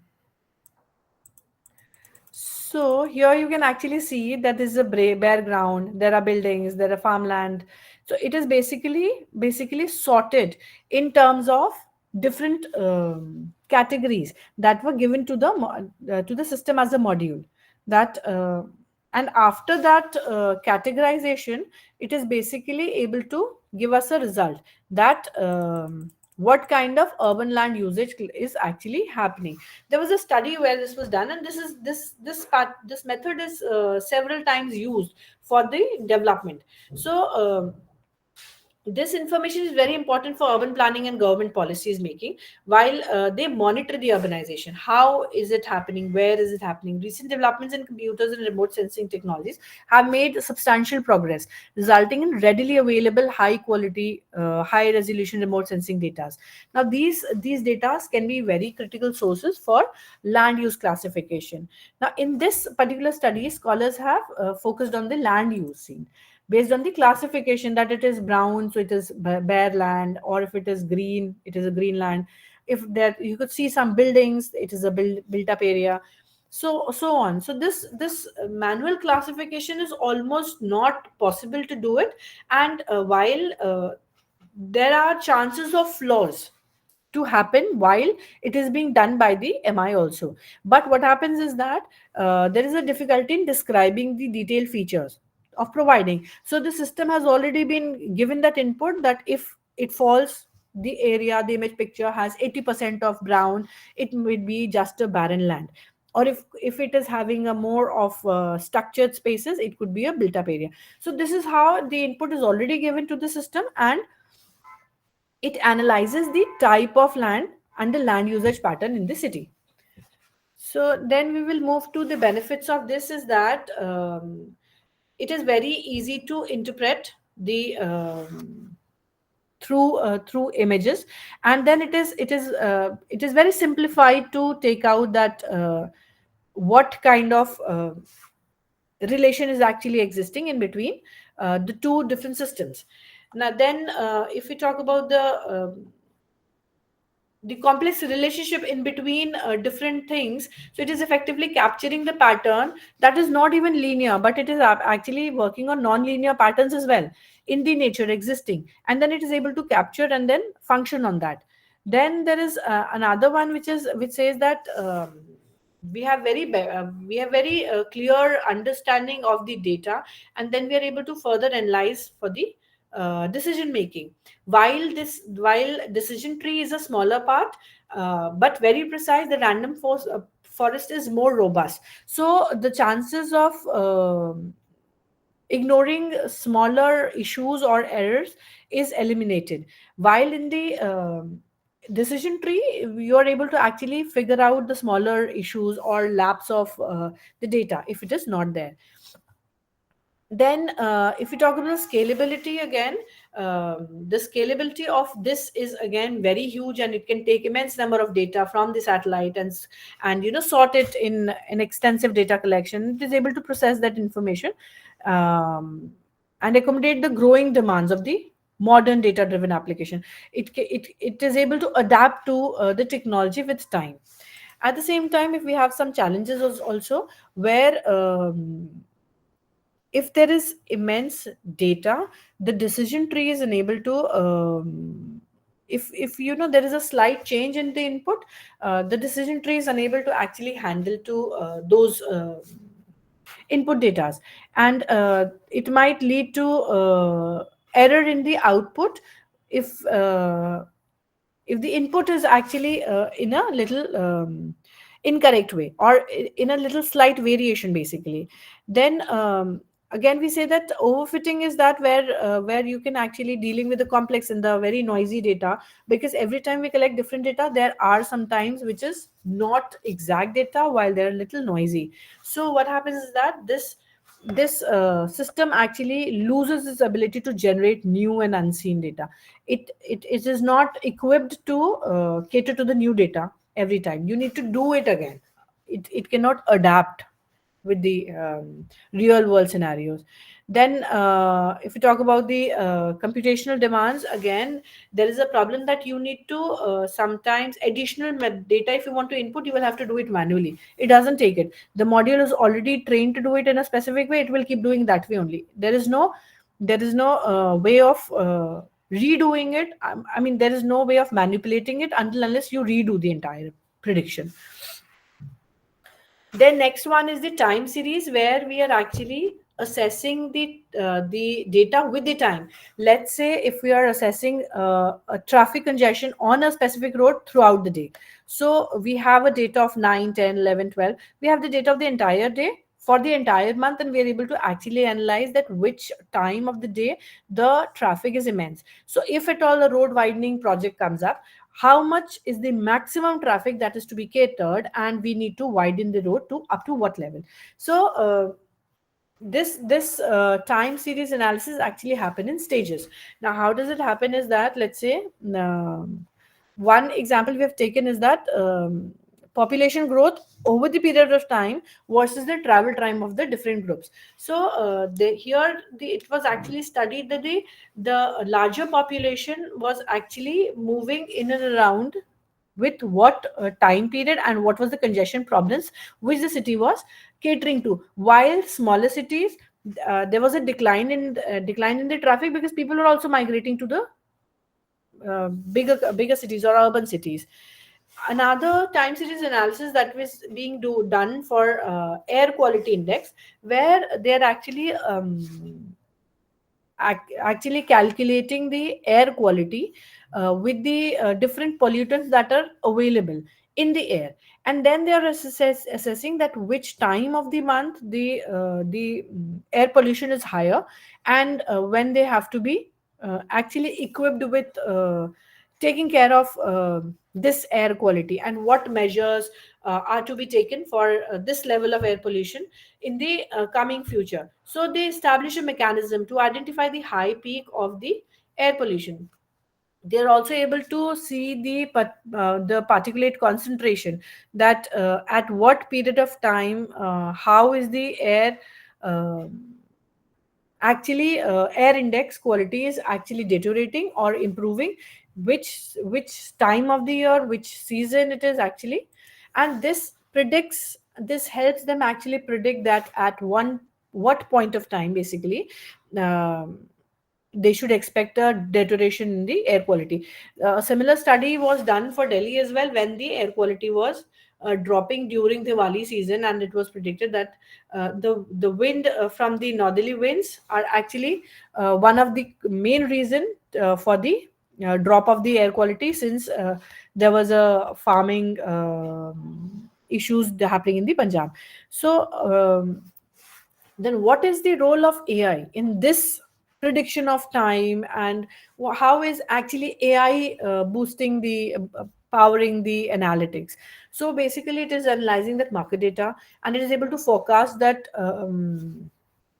what to expect in the coming future in terms of traffic, in terms of weather, in terms of air, in terms of environmental issues. For other industries also, we are able to predict the sales. Let's say ki at what season or at what time of the year people are moving around more, to shop more, to maybe travel more for a vacation more. So basically it is helping people to add on their inventory, also plan I mean the cities to be more equipped with the traveling availability, with the stay availability. So we understand that the hill areas where we have season, and the people are more equipped with the food, with the tourism. Similarly, where there is no season, people are mostly already aware that, even the government is aware that the tourism might be very low during this season. So what are the benefits is that they basically they're able to chronologically collection of this data is basically put weekly, manually, or annually. It is being put under that graph of timeline, uh, like this one, where they're actually predicting the identifying patterns, or creating that opportunity to predict the future, that what is it. So it is the simplest and the most effective form of time series analysis, to simply plot the data on a line chart. Once plotted, it becomes immediately clear what pattern we have. Once the pattern is already in place, we are able to fill that gaps in the series, which could be identified that there is a lapse of data, or there is some missing values, so the inferences could be taken out and those gaps could be filled itself. Furthermore, we would be able to identify outliners in the data. Perhaps instead of looking at the actual data, it would make more sense to plot the percentage difference between observations. This technique helps in smoothing out the noisy data. There are times when the data is sometimes absolutely out of the box, not making sense to the graph. So we are able to eliminate that kind of data. Now, this time series forecasting actually help us gain a useful glimpse of the future. We can immediately forecast that what the looking at the past patterns, we are able to past behaviors, we are able to predict that the pattern of the future could be this in terms of graph itself. So it is a very helpful indicator to the prediction itself, where we are able to understand what to expect from the coming times. Then if we talk about the challenges, it is now we are getting vast volume of the data. So this data is basically achieved at different frequencies of time, different frequencies of data, and this data is to be collected in the database, which makes them unstructured majorly. And then this unstructured data can either be categorized again through the category module, but while putting it into the time series, what happens is that a lot of noisy data needs to be eliminated, because otherwise this might not even make sense, the immense amount of data that we're talking about. So, by harnessing the right time series, we have to analyze that what is the time series that we are actually talking about from that graph itself. We have to figure out the growth pattern that we are actually looking for. So one challenge is the data frequency itself, because it is being achieved at different frequencies, and then it is the unstructured or the semi-structured data now, which is immense. Then another thing is that we need to record this data in in throughout the clock all the time. So there is immense amount of data that is being collected all the time. The system has to be available all the time. Let's say if we're doing a traffic management, the traffic situation is to be monitored throughout the day for entire month or the entire year. Then only this time series analysis could be done. So for the system, working round the clock is also a problem for interpreting so much of data. Then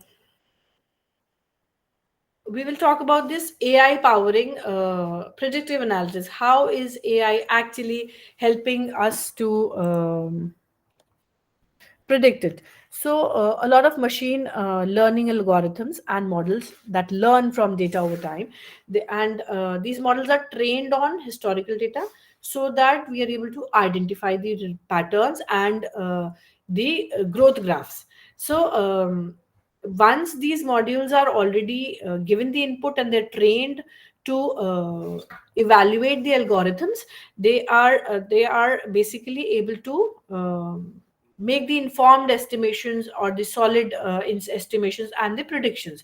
Now, for estimate for example, let's estimate understand that if we are able to, a retail market is able to understand the customer behavior, so they're able to figure out the buying pattern of people. So let's say if there is a specific pattern which is found, the product availability in the market is already expected. This is how people actually predict their sales of the year or sales of the quarter. So the main key components of AI powering the predictive analytics is basically data, algorithms, and predictions. Now, the data which is being collected from everywhere, in text, in images, in whatever form, and there almost all of the data is unstructured. This is then put to algorithms, to modules, and then based on the parameters, it is basically forming a pattern, and then this pattern is basically predicted continuously over the period of time, improving the prediction what is to be predicted. And then the third key component is the prediction itself, that what is the prediction and what is the actionable insight that we are expecting from the data. Let's say if the predictions are taken for future trends, classifying the data points or identifying potential abnormalities in the system. The value of prediction lies in the accuracy and its relevance. So basically the prediction, let's say we will talk about a prediction about traffic management, or we are able to predict the number of vehicles on road, and we are able to predict the amount of traffic congestion expected during a festival time or during a specific time. So we are able to actually divert the traffic, or organize it in a way that the city functions in a better way. People are able to take different roads, it is pre-informed to them, or different roads are created if the traffic congestion is immense. Now, how this works is that once we collect the data, we prepare, we built up a module, the module is trained to take those inputs and then give us an output. Then there is a validation and testing of that input. So while making of the module, we input several datas and then train it in a way. Then for validation, another set of data is given and an output is taken. So in a way, it is tested that if it is functioning properly. Then it is actually deployed in a real time prediction. It is given real time data and it is actually tested to work on a real time thing and give us an output. But at the same time, we expect it to upgrade with time, work with time, and also understand that how is it upgrading itself with the new data that is being given, and adapt itself to learn more or to proactively work under the changed conditions or changed data. And this is what is actually expected out of AI also, isn't it? That AI is expected to learn and adapt to the data that keeps changing and refining, fine tuning, and retaining that data and enhancing the predictive accuracy. The more data keeps changing, but we expect an accurate answer out of it, or the output out of it. Now, what are the benefits of AI? Now, it is definitely enhancing the decision making and increasing the efficiency. We all know that if a large number of data is actually inputted and we try to do it manually, it is almost impossible to cater to that much of data. We might make some faults also, errors in the calculation, but at the same time, it is very time consuming.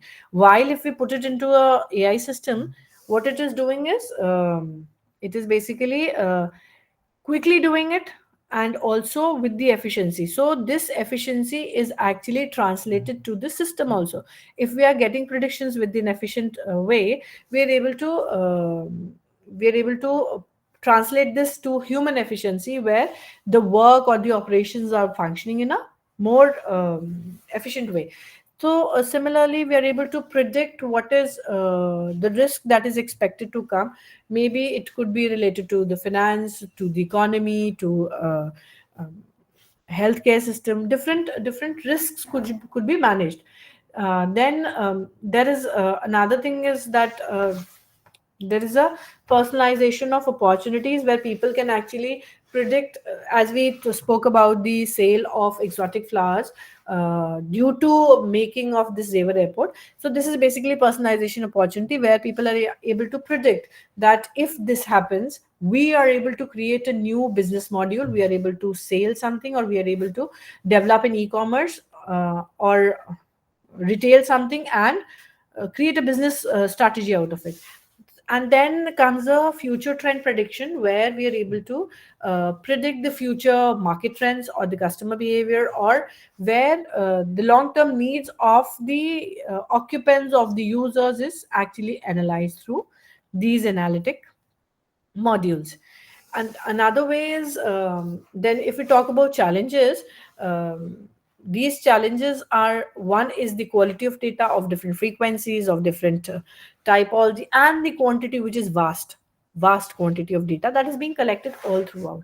Then there is a complexity of the data of the module. If we are able to, if we are trying to make changes to the module, so these models are very complex, and changing them might not be that easy. At the same time, we spoke about the safety data breaches, where we might lose data to an unsecure zone, or the the data might not be used ethically. So that is another concern that is existing. Then there is integration and implementation, where we are actually talking about the workflows and the existing system that can be challenging, especially for the organization without a robust IT infrastructure systems, and uh, they are not equipped with modern AI solutions. And then there is a skill gap. The skill gap among the professionals who are not very trained with AI systems. They are still into the system. So we need to train people who are able to work on those modules, and use those softwares where this AI predictions are being done. There are a list of softwares which is being used by different companies, different systems, which are inputting that data to those softwares and getting a very accurate outputs. We will talk about those softwares or tools as well. Oh, we are there. So if we have heard, most of these examples that I've stated is basically either data collection, and categorization of these statistically analyzing these data in a table form or in a tree manner, or it is doing in a robust suits where machine itself is doing the predictive analytics. You just have to input the data and it is analyzing this entire data itself. So choosing the right one by the companies is actually the main thing, where different, let's say I'll give you an example of Google Cloud AI platform. So this Google Cloud is basically for it is a very advanced AI system where people are actually able to input their data, upload their data, and it is being stored all the time, it is being analyzed all the time, and also it is, yes, it is secure, but it is categorized under the different categories, how you cater to your sales, to cater to your management of office, etc. So but you need a little technical expertise in using of these software. It is not easy that everyone can use it. You need to have it. One, few of them are on web also, few of them are softwares. So but you need a technical expert who is able to use them. Now how do we actually implement all of it? Now we have modules, now we have softwares, and now we are also collecting data. Now how are we actually implementing all of it to different things that we think that we want to predict, or which data might help us in the coming future?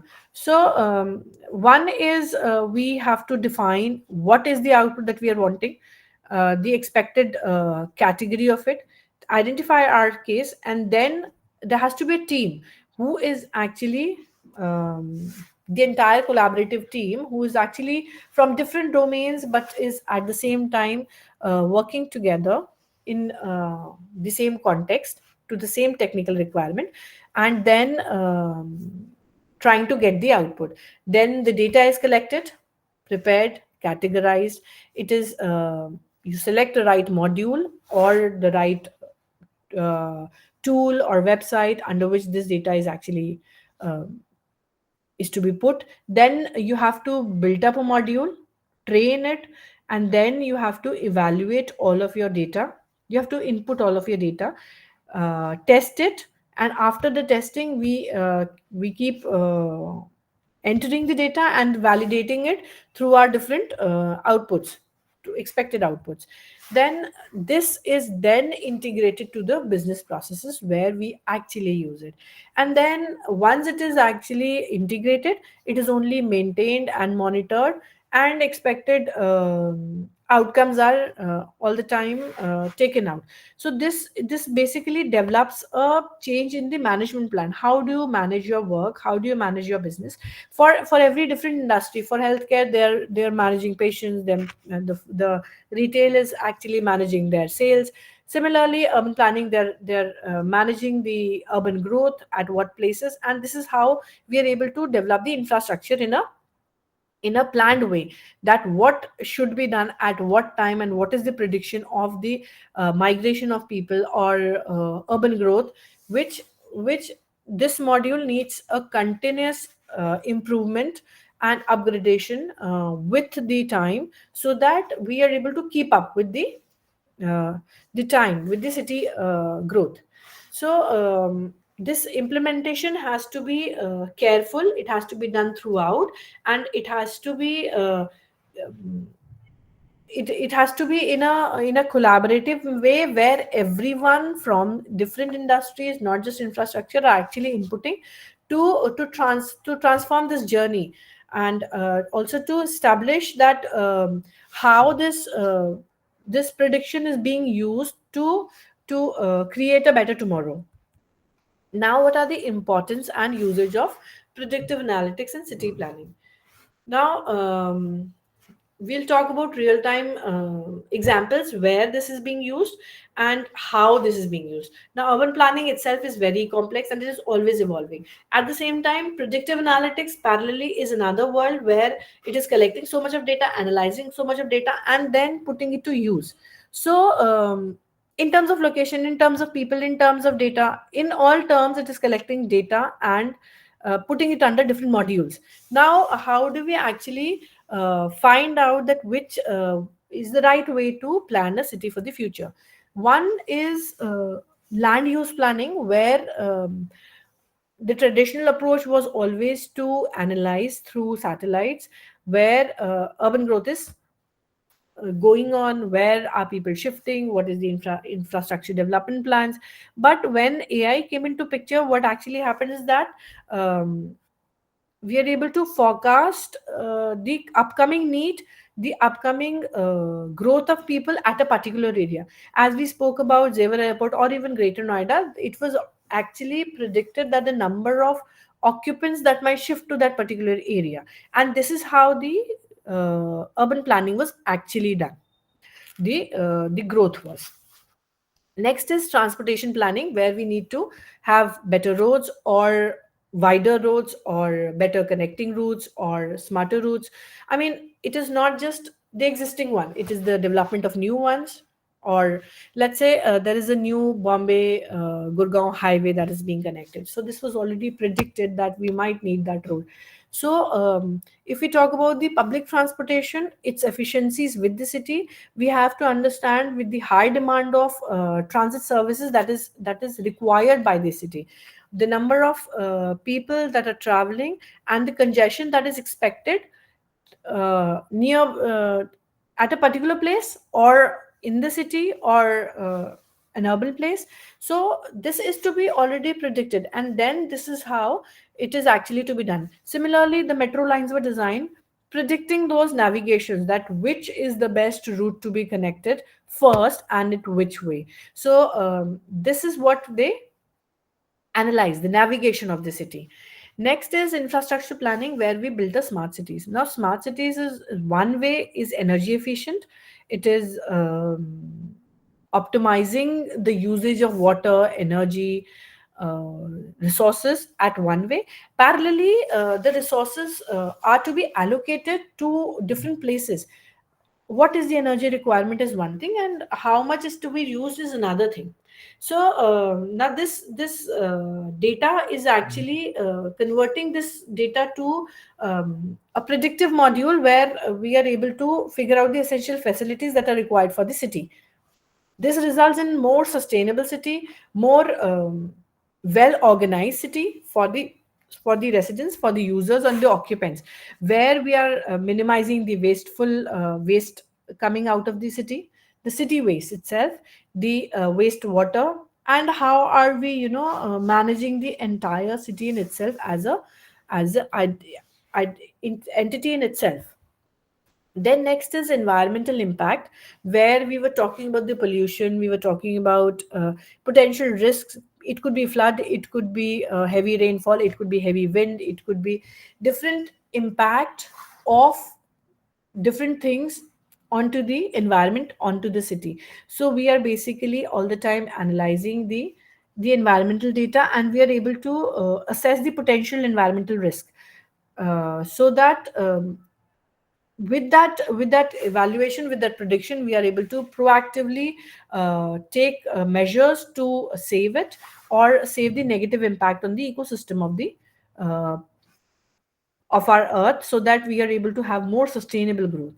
Then next is disaster risk assessment, where we are able to actually assess when which areas are more prone to earthquakes, or which areas are more prone to floods, and we are able to develop an effective evacuation plan, or even preventive measures for that matter, that we have an early warning system, where we are able to warn that there might be a cloud burst in that area in a city tomorrow, or a heavy rainfall is expected, so that these the accidents that might happen, or the challenges that might happen due to the expected disaster, is actually taken care by the city itself once it is predicted. And this is how the city is able to function in a more sustainable, more efficient way. So um, if I gather the entire thing, we are able to analyze that predictive analytics is basically collecting different datas, that is in and around us, and is actually helping the planners, the people, the business owners to actually predict what is an outcome, what is an expected output from those data, and what to expect in the coming future in terms of business, in terms of growth, in terms of city air qualities, in environmental things, etc. So basically we are able to predict and have better built cities in in the coming future. So this artificial intelligence basically is helping us to have a more sustainable development by by calculating everything before time, and helping us actually understand that how are we actually maintaining the city in a way. Okay, so this is for all. Thank you very much, ma'am. Uh, Thank you, sir. Ma'am, you are an architect, but throughout the Yeah, lecture, I felt that a computer science expert is giving the lecture. I never felt that an architect is delivering this lecture. thank you so much, sir. And the lecture was very comprehensive, and all the aspects of data analysis and predictive analysis were covered. Data is the new oil, and when we implement systems which capture data, then it altogether generates new job opportunities based on the data. Based on the data, new businesses can arise, and as well as you said that it helps a lot in sustainable development by predicting the things at earlier than they occur, by optimizing the resources, by properly assigning the resources. It can greatly, the data and this AI can greatly help in achieving the sustainability in cities. Absolutely, absolutely. Right, ma'am. Can ma'am, you would like to? Any query from audience participants? You may ask question by unmuting your mic. Let me change the host control. Sorry, ma'am. Actually, I Yes, forgot. yes. Yeah. Dr. Manchikanti, sir, he raised his hand. So the mic is open to all the audience. Uh-huh. Yeah, good evening, Smita ji, and namaste. Good evening, sir. I mean, very comprehensive lecture you have presented today. Thank you so much, sir. Oh, it appears to me that you must have spent lot of time in preparing the presentation. Maybe yes, maybe no. So because we architects are, equipped in doing a lot of time very quickly, and I was aware of too many things already while actually. If I say about AI, because we keep studying. I work as a visiting faculty in SPA also. So so because we keep teaching the students, we keep studying also. That is also one factor that keep us updated. Quickly, one question. I mean, how can I use AI for managing crowd? Now, presently, why I'm asking this question is it's very pertinent. I'm calling you from Visakhapatnam. It's in Andhra Pradesh. It's a coastal city, Okay. and currently we have our honorable Prime Minister in the city. Okay. Now, there's a lot of crowd who wants to greet our honorable Prime Minister, meet him, see him, watch him. Now, there's a lot of crowd. How do I use AI to effectively manage such large So, crowd? one is that yes, the traffic management is already has to be in place with the routes that he's being using, and the people should allow to be met him at only at a particular place, not if I talk about what is generally happening is that the roads are mostly closed while there is a president or prime minister moving around the city. The roads are specifically closed, and that is not for traffic congestion reason, but for the security reasons, because the security is at a higher marking. So the GPS, the geographical location is already predicting the crowd movement, and that can be very closely monitored. Now uh, this close this quantum of traffic movement has to be actually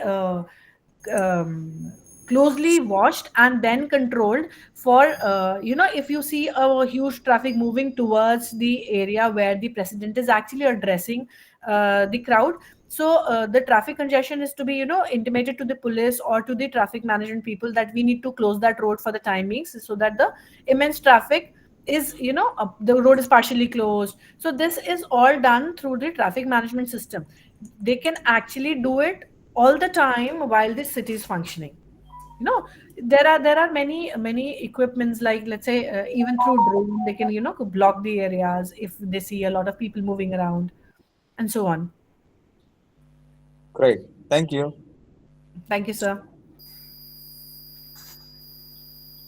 Kiran ma'am, have you taken the screenshots of the during the lecture? Sir, I Actually, have I taken. was okay. I, Okay. Actually, I was myself consumed in the listening to ma'am and just forget to take the lectures. I Any have taken. any other questions from the audience? Anyone's? I think everyone is feeling hungry because it's It's quite late. Yes, Yes. yes. quite late night. And so, thank you, ma'am. Thank you very much Thank you for so much, sharing sir. your time, for sharing your expertise. We'll keep on connecting with you as and when we require your support for such expert sessions. Sure, And I sir. hope that you would extend your support to us. Definitely, sir. Thank you very much, ma'am. Thank you very much. Thank you very much, ma'am. Thank you, sir. Thank you, ma'am. Thank you very Thank much. you. Thank you, everyone, to all the audience. We'll meet tomorrow again with new energy and with some Yeah, new I would topics. also like to thank all the audience for listening to me so patiently for all this while, and actually being there in the session this evening also.